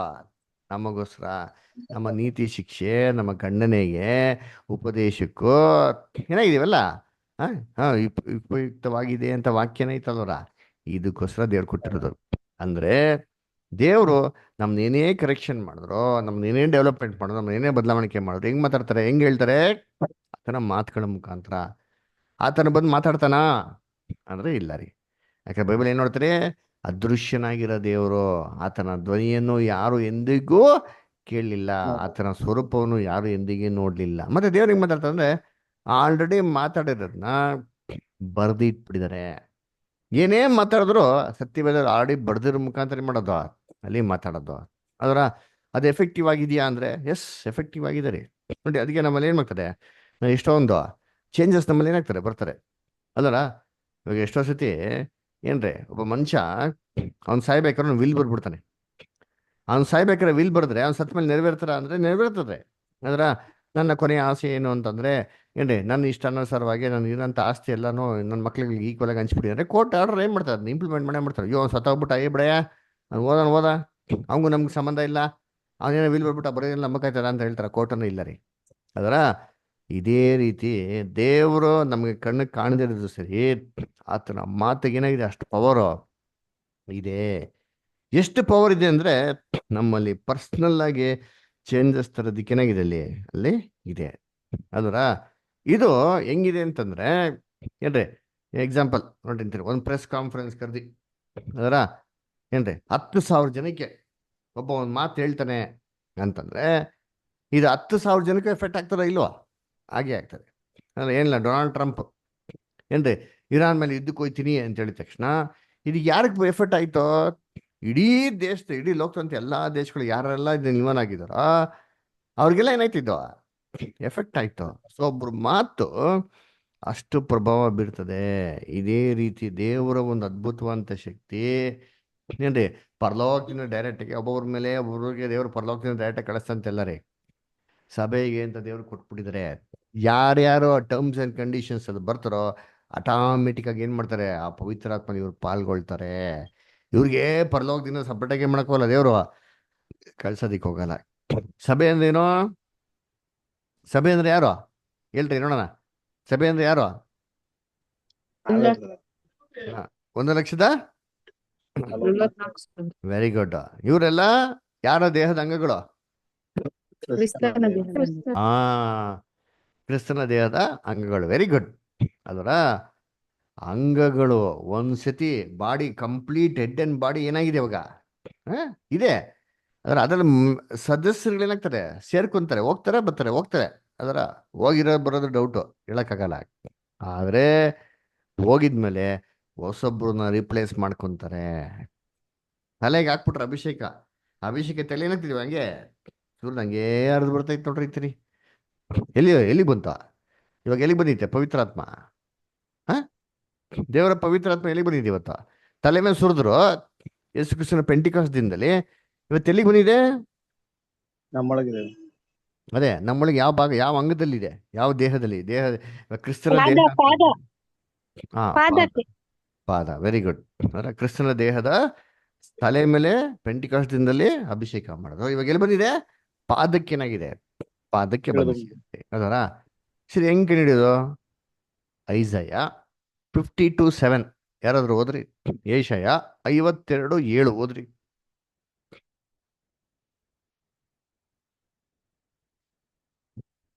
ಪರ್ವತಗಳ ಮೇಲೆ ತ್ವರೆಪಡುತ್ತಾ ಶುಭ ಸಮಾಚಾರವನ್ನು ತಂದು ಸಮಾಧಾನವನ್ನು ಸಾರುವ ದೂತನ ಪಾದಗಳು ಎಷ್ಟೋ ಅಂದವಾಗಿವೆ. ಆ ನೋಡ್ರಿ ಅಂತ್ರಿ, ಏನ್ ಹೇಳ್ತಾರಲ್ಲಿ?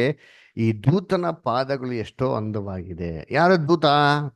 ಅದರ ಮಿಕಾಯಲ್, ನಮ್ಮ ರಕ್ಷಕನು, ನಮ್ಮ ಒಡೆಯನೋ, ಯೇಸು ಕ್ರಿಸ್ತನು. ನಮ್ಮ ಕರ್ತನೂ ಆಗಿರಂತ ಯೇಸು ಕ್ರಿಸ್ತನ ಒಂದು ಪಾದ.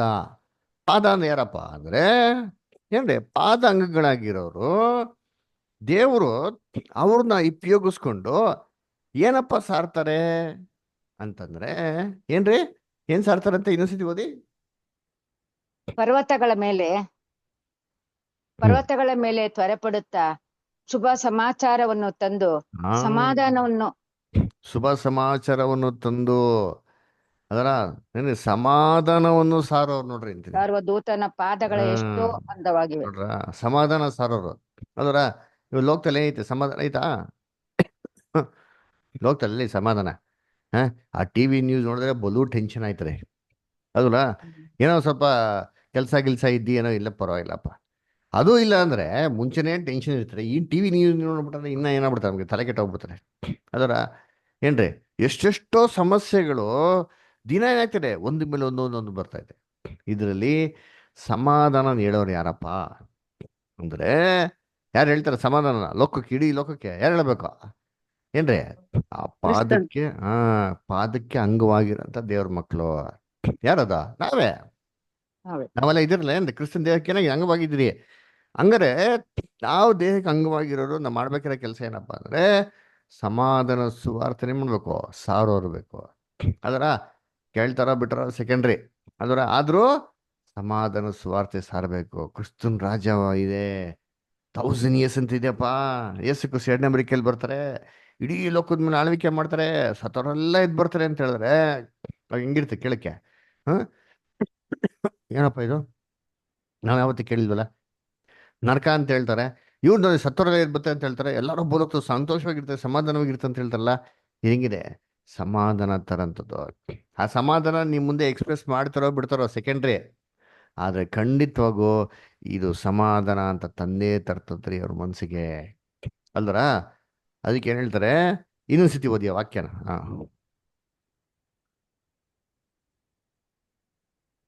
ಪರ್ವತಗಳ ಮೇಲೆ ತ್ವರೆಪಡುತ್ತಾ ಶುಭ ಸಮಾಚಾರವನ್ನು ತಂದು ಸಾಕು. ಇದನ್ನ ಎಲ್ಲಿ ಸಾರಬೇಕು ಅಂತ ನೋಡಿದ್ರೆ ಪರ್ವತಗಳ ಮೇಲೆ. ಪರ್ವತನೇನು ಬೈಬಲಲ್ಲಿ? ರಾಜ್ಯಗಳು ಬ್ರದರ್. Very good. ರಾಜ್ಯಗಳು. ಯಾವ ರಾಜ್ಯ? ಇವ್ರಿಗೆ ಎರಡು ಅರ್ಥ ಐತೆ. ಯೇಸು ಕ್ರಿಸ್ತು 2ನೇ ಬರಿಕೆಯಲ್ಲಿ ಬಂದ್ಬಿಟ್ಟು ಆಲ್ರೆಡಿ ಭೂಲೋಕದಲ್ಲಿ ತನ್ನ ರಾಜ್ಯವನ್ನು ಸ್ಥಾಪನೆ ಮಾಡ್ತಾ ಇದಾರೆ. ಆ ಬಂಡೆಕಲ್ಲು ಚೆನ್ನಾಗಿ ಅರ್ಥ ಆಯ್ತಾ? ದಾನಿಯೇಲ 2ನೇ ಅಧ್ಯಾಯದಲ್ಲಿ ಆ ಶಿಲೆ ಇತ್ತು. ಆ ದೂರದಲ್ಲಿ ಯಾವುದೇ ಮನುಷ್ಯ ಕೈ ಮುಡ್ದಿರಂತ ಒಂದು ಬಂಡೆ ಕಲ್ಲು ಬಂದು ಏನ್ ಮಾಡ್ತು?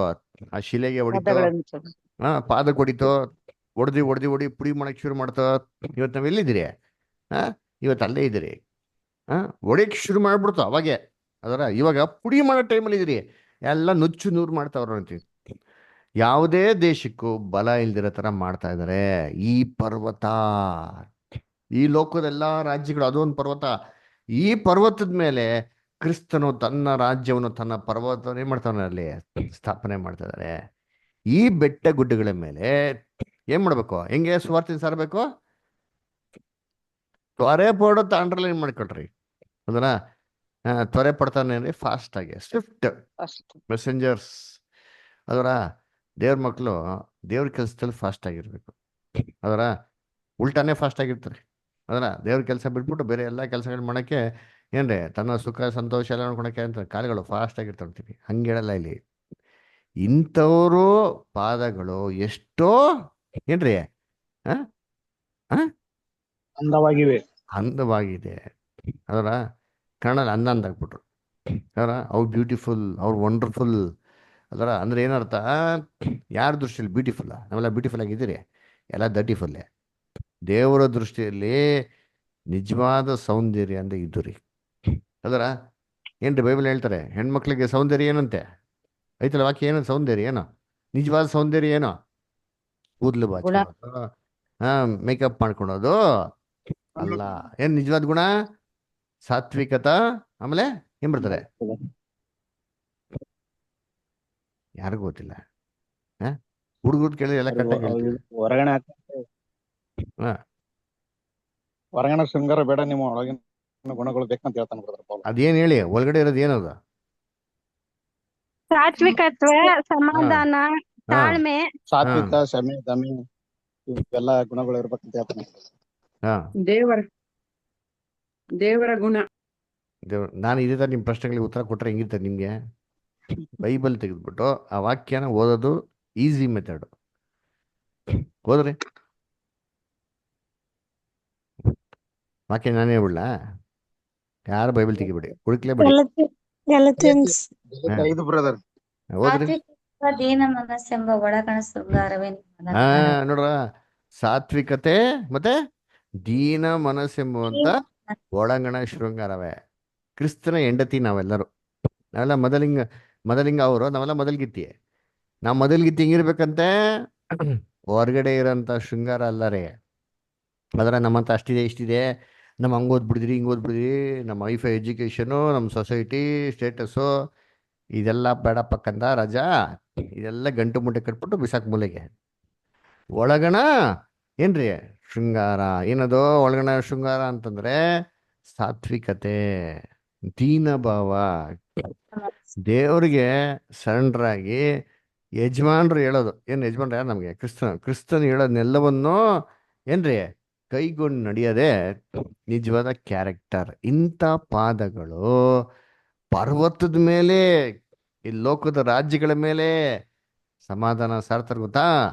ಇಂಥ ಪಾದಗಳು ಎಷ್ಟೋ ಧನ್ಯ ಅಂತ ಏನ್ ಮಾಡ್ತಾರೆ ಹೇಳ್ತಾರೆ ಅಲ್ವರ. ನೋಡಿ ಇಂಥ ಹಂಗಾರೆ ಯಾರು ದೇವ್ರ ಮಕ್ಕಳನ್ನ ಯಾರಪ್ಪ ರೆಕಗ್ನೈಸ್ ಮಾಡ್ತಾರೆ ಅಂತಂದ್ರೆ, ದೇವ್ರ ಮಕ್ಕಳನ್ನ ರೆಕಗ್ನೈಸ್ ಮಾಡೋದು ದೇವರು ಅಲ್ಲ. ಇಂಥ ಪಾದಗಳು ಧನ್ಯರು ಅಂತ ಹೇಳ್ತಾರೆ. ಅದಕ್ಕೆ ಇದನ್ನ ಏನ್ರಿ ಅಲ್ಲಿ ಏನ್ ಹೇಳಿರೋದಲ್ಲಿ ಪವಿತ್ರಾತ್ಮನ ಬರಿತವರಾಗಿದ್ರು ಅವರ. ಯಾಕಪ್ಪ ಅಂದ್ರೆ ಇಂಥ ಪಾದಗಳು ಏನ್ರಿ ಇವ್ರ ಮುಖಾಂತರ ದೇವರು ತನ್ನ ರಾಜ್ಯದ ಸುವಾರ್ತೆಯನ್ನು ಸಾರಬೇಕಾದ್ರೆ it was the most blessed thing ಅಲ್ವರ. ಯೇಸು ಕ್ರಿಸ್ತು ಏನ್ರಿ ಮೊದಲನೇ ಬರೋಕೆಲ್ಲ ಅಪೊಸ್ತಲರ ಮುಖಾಂತರ ಏನ್ ಮಾಡ್ತಾರೆ? ಸುವಾರ್ತೆಗಳನ್ನ ಏನ್ರಿ ಸಾರ್ಬಿಟ್ಟು ಲೋಕದ ಕಡೆಯವ್ರಿಗೆ ಏನ್ ಮಾಡ್ತಾರೆ? ಇದನ್ನ ಸಾರಿ ಅಂತ ಹೇಳ್ತಾರೆ. ಯೇಸು ಕ್ರಿಸ್ತು ಮಾಡಿದ್ರೆ ಕೆಲಸನ ಯಾರು ಮಾಡೋರು ನೋಡೈತೀನಿ? ಅಪೊಸ್ತಲರು ಎಲ್ಲ ಮಾಡೋರೆ. ಇಸ್ರೇಲಲ್ಲೇ ಮಾನಸಾಂತರ 100% ತರ್ಸಕ್ಕೆ ಯಾರ ಕೈಲಾಗಿಲ್ಲ, ಕ್ರಿಸ್ತನ್ಗೆ ಆಗ್ಲಿಲ್ಲ ಅಲ್ವರ. ಎಷ್ಟು ಜನ ಬಂದರು ರಕ್ಷಣೆಗೆ? ಬೈಬಲ್ ನೋಡ್ತಾರೆ 500 ಜನ ಬಂದರು. ಎಲ್ಲ ಮ್ಯಾಕ್ಸಿಮಮ್ ಇದ್ದು ಹೋದ ಅಂತಂದ್ರೆ 10,000 ಅಂತ ಹೇಳ್ಬೋದ್ರಿ ಅದರ. ಅವ್ರು ಇವತ್ತು ಎಷ್ಟು ಲಕ್ಷಾಂತರ ಜನ ಏನ್ರ ಕ್ರೈಸ್ತವ್ರು ಇದ್ದಾರೆ ಅದರ. ಆದರೆ ಅವರು ಮಾಡಿದಂಥ ಒಂದು ಕೆಲಸನ ಅದನ್ನು ಯಾರಿಗೆ ಬಿಟ್ಟು ಹೋದ್ರು? ತನ್ನ ಪಾದಗಳಿಗೆ ಅಲ್ಲ. ಎಷ್ಟೋ ಸುಂದರವಾಗಿದೆ ಈ ಕೆಲಸ. ಈ ಕೆಲಸನ ಮಾಡಿ ಅಂತ ಏನ್ ಮಾಡೋರೆ? ದೇವ್ರ ಮಕ್ಳು ಬಿಟ್ಟವ್ರೆ. ಇದನ್ನೆಲ್ಲ ಮಾಡೋದಿಕ್ಕೇನೆ ದೇವ್ರು ನಮ್ಗೆ ಏನಪ್ಪ ಕೊಟ್ಟಿರೋ ಅಂತಂದ್ರೆ ತನ್ನ ಪವಿತ್ರಾತ್ಮ ಮಾಡೋದು ನಮ್ಗೆ ದಯಪಾಲಿಸಿರೋದು. ಓಕೆ, ನೆಕ್ಸ್ಟ್ ಪ್ಯಾರಾಗ್ರಾಫ್ ಯಾರು ಓದ್ತೀರಾ? ನವಿತಾ ಅಷ್ಟು ಹೋದ್ರು, ಅಮೃತ ಹೋದ್ರು. ನೆಕ್ಸ್ಟ್ ಯಾರು ಓದ್ತೀರಾ? ಅನುಶಿಷ್ಟ ಓದ್ಬೋದಾ? ಓದ್ತೇನೆ. ಪವಿತ್ರಾತ್ಮನನ್ನು ವಂಚಿಸುವುದು, lying to the holy spirit. ಆಗ ಪೇತ್ರನು, ಅನನೀಯ, ಸೈತಾನನು ನಿನ್ನ ಹೃದಯದಲ್ಲಿ ತುಂಬಿಕೊಂಡಿದ್ದೇನು? ನೀನು ಯಾಕೆ ಈ ಹೊಲದ ಕ್ರಯದಲ್ಲಿ ಕೆಲವನ್ನು ಬಚ್ಚಿಟ್ಟುಕೊಂಡು ಪವಿತ್ರಾತ್ಮನನ್ನು ವಂಚಿಸಬೇಕೆಂದಿದ್ದಿ ಅಂದನು. ಅಪೊಸ್ತಲರ ಕೃತ್ಯಗಳು 5ನೇ ಅಧ್ಯಾಯ 9ನೇ ವಚನ. ದೇವರು ತನ್ನ ಜನರ ಹೃದಯಗಳನ್ನು ಪವಿತ್ರಾತ್ಮೆಯಿಂದ ತುಂಬಿಸುವಂತೆಯೇ ಸೈತಾನನು ಅನನೀಯನ ಹೃದಯವನ್ನು ತನ್ನ ಆತ್ಮನಿಂದ ಪ್ರಭಾವದಿಂದ ತುಂಬಿಸಿದನು. ಸೈತಾನನ ಆತ್ಮವು ದುರಾಶೆ ಮತ್ತು ಸ್ವಾರ್ಥತೆಯಿಂದ ಕೂಡಿದ ಒಂದು ಆತ್ಮವಾಗಿದ್ದು, ಅದು ತನ್ನ ಅಂತಿಮ ಉದ್ದೇಶವನ್ನು ಸಾಧಿಸುವ ಸಲುವಾಗಿ ಯಾವ ವಂಚನೆಗೂ ಹಿಂಜರಿಯುವಂತಹದ ಸ್ವೀಕೃತನಾಗಿ ಮಾಡಲ್ಪಟ್ಟ ಪೇತ್ರನು ಹೃದಯವನ್ನು ಮನಸ್ಸನ್ನು ಓದಬಲ್ಲವನಾಗಿದ್ದನು. ಆದುದರಿಂದ ಆತನು ಅನನೀಯ ಮತ್ತು ಸಫೈರಳು ಅಪ್ರಾಮಾಣಿಕತೆಯನ್ನು ಮಾಡುತ್ತಿದ್ದಾರೆಂಬುದನ್ನು ಮತ್ತು ಮಾಡಬಾರದನ್ನು ಮಾಡಿ ಏನೂ ತಿಳಿಯದಂತೆ ಕಪಟವಾಗಿ ನಡೆಸುತ್ತಿದ್ದಾರೆಂದು ಗ್ರಹಿಸಿದನು. ಈ ಸಂದರ್ಭದಲ್ಲಿ ಅಪೊಸ್ತಲನು ದೇವರು ಮತ್ತು ಪವಿತ್ರಾತ್ಮನೆಂಬ ಪದಗಳನ್ನು 3ನೇ ಮತ್ತು 4ನೇ ವಚನಗಳಲ್ಲಿ ಪರಸ್ಪರ ಬದಲಾಯಿಸಿಕೊಂಡು ಉಪಯೋಗಿಸುವುದನ್ನು ಗಮನಿಸಬಹುದು. 3ನೇ ವಚನದಲ್ಲಿ ಆತನು ನೀನು ಯಾಕೆ ಪವಿತ್ರಾತ್ಮನನ್ನು ವಂಚಿಸಬೇಕೆಂದಿದ್ದಿ ಎಂದು ಪ್ರಶ್ನಿಸಿದರೆ, 4ನೇ ವಚನದಲ್ಲಿ ನೀನು ಸುಳ್ಳಾಡಿದ್ದು ಮನುಷ್ಯರಿಗಲ್ಲ ದೇವರಿಗೆ ಆಡಿದ್ದಿ ಎಂದು ಹೇಳುವವನಾಗಿದ್ದಾನೆ. ಇವೆರಡರ ಭಾವನೆಗಳು ಒಂದೇ ಆಗಿವೆ. ಪವಿತ್ರ ಅಪೊಸ್ತಲನ ಮೂಲಕವಾಗಿ ಕಾರ್ಯವೆಸಗುವ ದೇವರಾತ್ಮನು ಖಡಾಖಂಡಿತವಾಗಿ ದೇವರ ಪ್ರತಿನಿಧಿಯಾಗಿದ್ದಾನೆ. ಇದರ ಪರಿಣಾಮವಾಗಿ ದೇವರನ್ನು ಮತ್ತು ಆತನ ಪವಿತ್ರಾತ್ಮನನ್ನು ಪ್ರತಿನಿಧಿಸುವ ಅಪೊಸ್ತಲರಿಗೆ ಸುಳ್ಳನ್ನು ಹೇಳುವುದರಿಂದ ಅನನೀಯ ಮತ್ತು ಸಫೈರಳು ದೇವರಿಗೆ ಮತ್ತು ದೇವರ ಆತ್ಮನಿಗೆ ಸುಳ್ಳನ್ನು ಹೇಳುವವರಾಗಿದ್ದಾರೆ. ಯಾಕೆಂದರೆ ಪೇತ್ರನು ಅವರ ಕಾರ್ಯಕರ್ತೃ ಪ್ರತಿನಿಧಿಯೂ ಆಗಿದ್ದನು ಎಂದು. ಥ್ಯಾಂಕ್ ಯು ಸ್ಟರ್. ನೋಡ, ಸೂಪರ್ ಆಗಿದೆ. ಅವಾಕ್ಯ ಯಾವ್ದು ನೋಡ್ರಿ ಅಂತೀನಿ. ಅಪೊಸ್ತಲ ಕೃತ್ಯಗಳು 5:3 ಹೋದ್ರೆ ಯಾರಾದ್ರ? ಅಪೊಸ್ತಲ ಕೃತ್ಯಗಳು 5:3 ಎಲ್ಲಿ ಸಹೋದರಿಗಳು ಯಾರಿದ್ದಾರೆ? ಸರೋಜಾ ಸ್ಟರ್, ಮಂಜುಳಾ ಸ್ಟರ್, ಶಾಂತ ಮಾಸ್ಟರ್. ಆಗ ಪೇತ್ರನು, ಅನನೀಯ, ಸೈತಾನನು ನಿನ್ನ ಹೃದಯದಲ್ಲಿ ತುಂಬಿಕೊಂಡಿದ್ದೇನು? ನೀನು ಯಾಕೆ ಆ ಹೊಲದ ಕ್ರಯದಲ್ಲಿ ಕೆಲವನ್ನು ಬಚ್ಚಿಟ್ಟುಕೊಂಡು ಪವಿತ್ರಾತ್ಮನನ್ನು ವಂಚಿಸಬೇಕೆಂದಿದ್ದಿ? Very good. ಅದರ ಅಷ್ಟೇನಾ? ಪವಿತ್ರಾತ್ಮ ವಿರುದ್ಧ ಸುಳ್ಳು ಹೇಳ್ತೀನಿ ಅಂತ ಬಂದಿಲ್ಲ ಮತ್ತು ಕಳೆದ ಬಂದಿಲ್ಲಲ್ಲ. ಇಂಗ್ಲಿಷ್ ಬರ್ತಾರೆ. ಆಕ್ಟ್ಸ್ 5:3 ಹೋದ್ರೆ Peter said unto Ananias, why has Satan fill the heart to lie to the holy spirit ಅಂತ ಹೇಳ್ತಾರೆ. ಅದರ ಪವಿತ್ರಾತ್ಮ ವಂಚಿಸ್ಬೇಕು ಅಂತ ನೋಡ್ಬಿಟ್ಟು ಕನ್ನಡದಲ್ಲಿ. ಅದರ ಸರಿ, ಪವಿತ್ರಾತ್ಮಕ್ಕೆ ಸುಳ್ಳು ಯಾಕೆ ಹೇಳಿದೆ ಅಂತ ಹೇಳ್ತಾರೆ. ಅದರ ಅದಕ್ಕೆ ಎಷ್ಟು ಜನ ಏನ್ ಮಾಡ್ತಾರೆ ನೋಡಿದ್ರ, ಇಲ್ಲಿ ಅಪೊಸ್ತಲ ಪೇತ್ರ ಏನ್ ಮಾಡ್ತಾರೆ, ಪವಿತ್ರಾತ್ಮನ ಒಂದು ದೇವರು ಅಂತ ಹೇಳ್ತಾರೆ. ಅದ್ರ ಹಂಗಾರೆ ಪವಿತ್ರಾತ್ಮ ಒಂದು ದೇವರು ಅಂತ ಏನ್ ಮಾಡ್ತಾರೆ ಅಲ್ಲಿ ಹೇಳ್ತಾರೆ. ಹೆಂಗೆ ಅಂದ್ರೆ ಯಾರಾದ್ರೂ ಅಪೊಸ್ತಲ ಕೃತ್ಯಗಳು ಅದರಲ್ಲೇ 5ನೇ ಅಧ್ಯಾಯ 3ನೇ ವಾಕ್ಯ ಹೋದ್ರಲ್ಲ, ಹಂಗೆ 4ನೇ ವಾಕ್ಯ ಓದಿ ಇಷ್ಟ ಕಂಟಿನ್ಯೂ ಮಾಡ್ಕೊಂಡು. ಆ ಆಸ್ತಿ ಇದ್ದಾಗ ನಿನ್ನದಾಗಿಯೇ ಇತ್ತಲ್ಲವೇ? ಮಾರಿದ ಮೇಲೆಯೂ ಬಂದ ಹಣವು ನಿನ್ನ ಅಧೀನದಲ್ಲೇ ಇತ್ತಲ್ಲವೇ? ನೀನು ಈ ಕಾರ್ಯವನ್ನು ನಿನ್ನ ಹೃದಯದಲ್ಲಿ ಯೋಚಿಸಿಕೊಂಡದ್ದು ಯಾಕೆ? ನೀನು ಸುಳ್ಳಾಡಿದ್ದು ಮನುಷ್ಯರಿಗಲ್ಲ ದೇವರಿಗೆ ಆಡಿದ್ದೀ ಅಂದನು. ದೇವ್ರಿಗೆ ಆಡ್ಬಿಟ್ಟಿದ್ಯಾ ಅಂತ ಹೇಳ್ತಾರೆ. ಅದಕ್ಕೆ ಏನ್ ಮಾಡ್ತಾರೆ 3ನೇ ವಾಕ್ಯದಲ್ಲಿ ಅಲ್ಲಿ ಪವಿತ್ರಾತ್ಮ ಅಂತ ಹೇಳಿದೆ, 4ನೇ ವಾಕ್ಯದಲ್ಲಿ ದೇವರು ಅಂತ ಅಂದ್ಬಿಟ್ರು. 3ನೇ ವಾಕ್ಯದಲ್ಲಿ ಪವಿತ್ರಾತ್ಮ ವಿರುದ್ಧವಾಗಿ ಏನ್ ಮಾಡಿದ್ಯ ನೀನು ಸುಳ್ಳಾಡಿದ್ಯಾ. 4ನೇ ವಾಕ್ಯದಲ್ಲಿ ದೇವ್ರ ವಿರುದ್ಧವಾಗಿ ಏನ್ ಮಾಡಿದ್ಯ ನೀನು ತಪ್ಪು ಮಾಡಿದ್ಯಾ ಅಂತ ಹೇಳ್ತಾರೆ. ಹಂಗಾರೆ ನೋಡ್ರ, ಹಂಗಾರೆ ಏನನ್ನ ಅರ್ಥ ಅಂದ್ರೆ ದೇವರು ಅಂದ್ರೆ ಪವಿತ್ರಾತ್ಮ. ಪವಿತ್ರಾತ್ಮ ದೇವರು ಅಂತ ಏನ್ ಮಾಡ್ತಾರೆ, ಮ್ಯಾಥಮೆಟಿಕ್ಸ್ ತರ ಫಾರ್ಮುಲಾ ಹಾಕ್ಬಿಡ್ತಾರೆ. If a is equal to b and B is equal to C, automatically A is equal to C ಅಂತಂದಂಗೆ. ಅಂದ್ರೆ ಆ ಥರ ಎಲ್ಲ ನಾವು ವಾಕ್ಯನ ಯೂಸ್ ಮಾಡೋಕ್ಕೆ ಸಾಧ್ಯನಾ ಅಂದರೆ ಅದು that is a wrong method of studying the Bible. ಯಾಕೆ ಅಂತಂದರೆ ಫಸ್ಟ್ ಪಾಯಿಂಟ್ ಏನಪ್ಪ ಅಂದರೆ, ಇವ್ರಂಗೆ ಸೇತಾನ್ ನಿಮ್ಮಲ್ಲಿ ಹೆಂಗೆ ತುಂಬಿಕೊಂಡ ಅಂತ ಹೇಳ್ತಾರೆ ಮೊದಲು. ಅದರ ಅನನೀಯನೇ ಸೇತಾನ್ ನಿಮ್ಮಲ್ಲಿ ಹೇಗೆ ತುಂಬಿಕೊಂಡ, ಹೌ ಹ್ಯಾತ್ ಸೇತಾನ್ ಫಿಲ್ ದೈ ಹಾರ್ಟ್ ಅಂತ ಹೇಳ್ತಾರೆ. ಅದರ ಇದಂಗೆ ಸೇತಾನ್ ಬಂದ್ಬಿಟ್ಟು ಅವ್ರ ಮನ್ಸಲ್ಲಿ ಹೆಂಗೆ ತುಂಬೋದಿಕ್ಕೆ ಸಾಧ್ಯ? ಹೆಂಗೆ ಅಂದರೆ ಸೇಮ್ ದೇವ್ರ ಪವಿತ್ರಾತ್ಮ ನಮ್ಮಲ್ಲಿ ಹೆಂಗೆ ಇರೋದಿಕ್ಕೆ ಸಾಧ್ಯನೋ ಇದೇ ಪ್ರಕಾರ ಏನ್ರಿ ಸೇತಾನು ಕೂಡ ನಮ್ಮಲ್ಲಿ ಬರೋದಿಕ್ಕೆ ಸಾಧ್ಯ. ಹೇಗೆ? ನಾವು ಮನಸ್ಸು ಸ್ಥಿತಿ ಎಲ್ಲವನ್ನು ಯೋಚನೆಗಳನ್ನೆಲ್ಲ ದೇವ್ರ ವಾಕ್ಯಕ್ಕೆ ಅನುಗುಣವಾಗಿ ಇಟ್ಕೊಂಡಿದ್ರೆ ಏನಾಗಿರ್ತಾರೆ, ನಮ್ಮನ್ನು ಹೆಂಗಿರ್ತಾರೆ ದೇವ್ರ ಪ್ರಕಾರ ಇರ್ತಾರೆ. ಅದರ ಸವಾಗ ಮೈಂಡ್ ಹೆಂಗಿರ್ತಾರೆ, ಪ್ಯೂರ್ ಆಗಿರ್ತಾರೆ.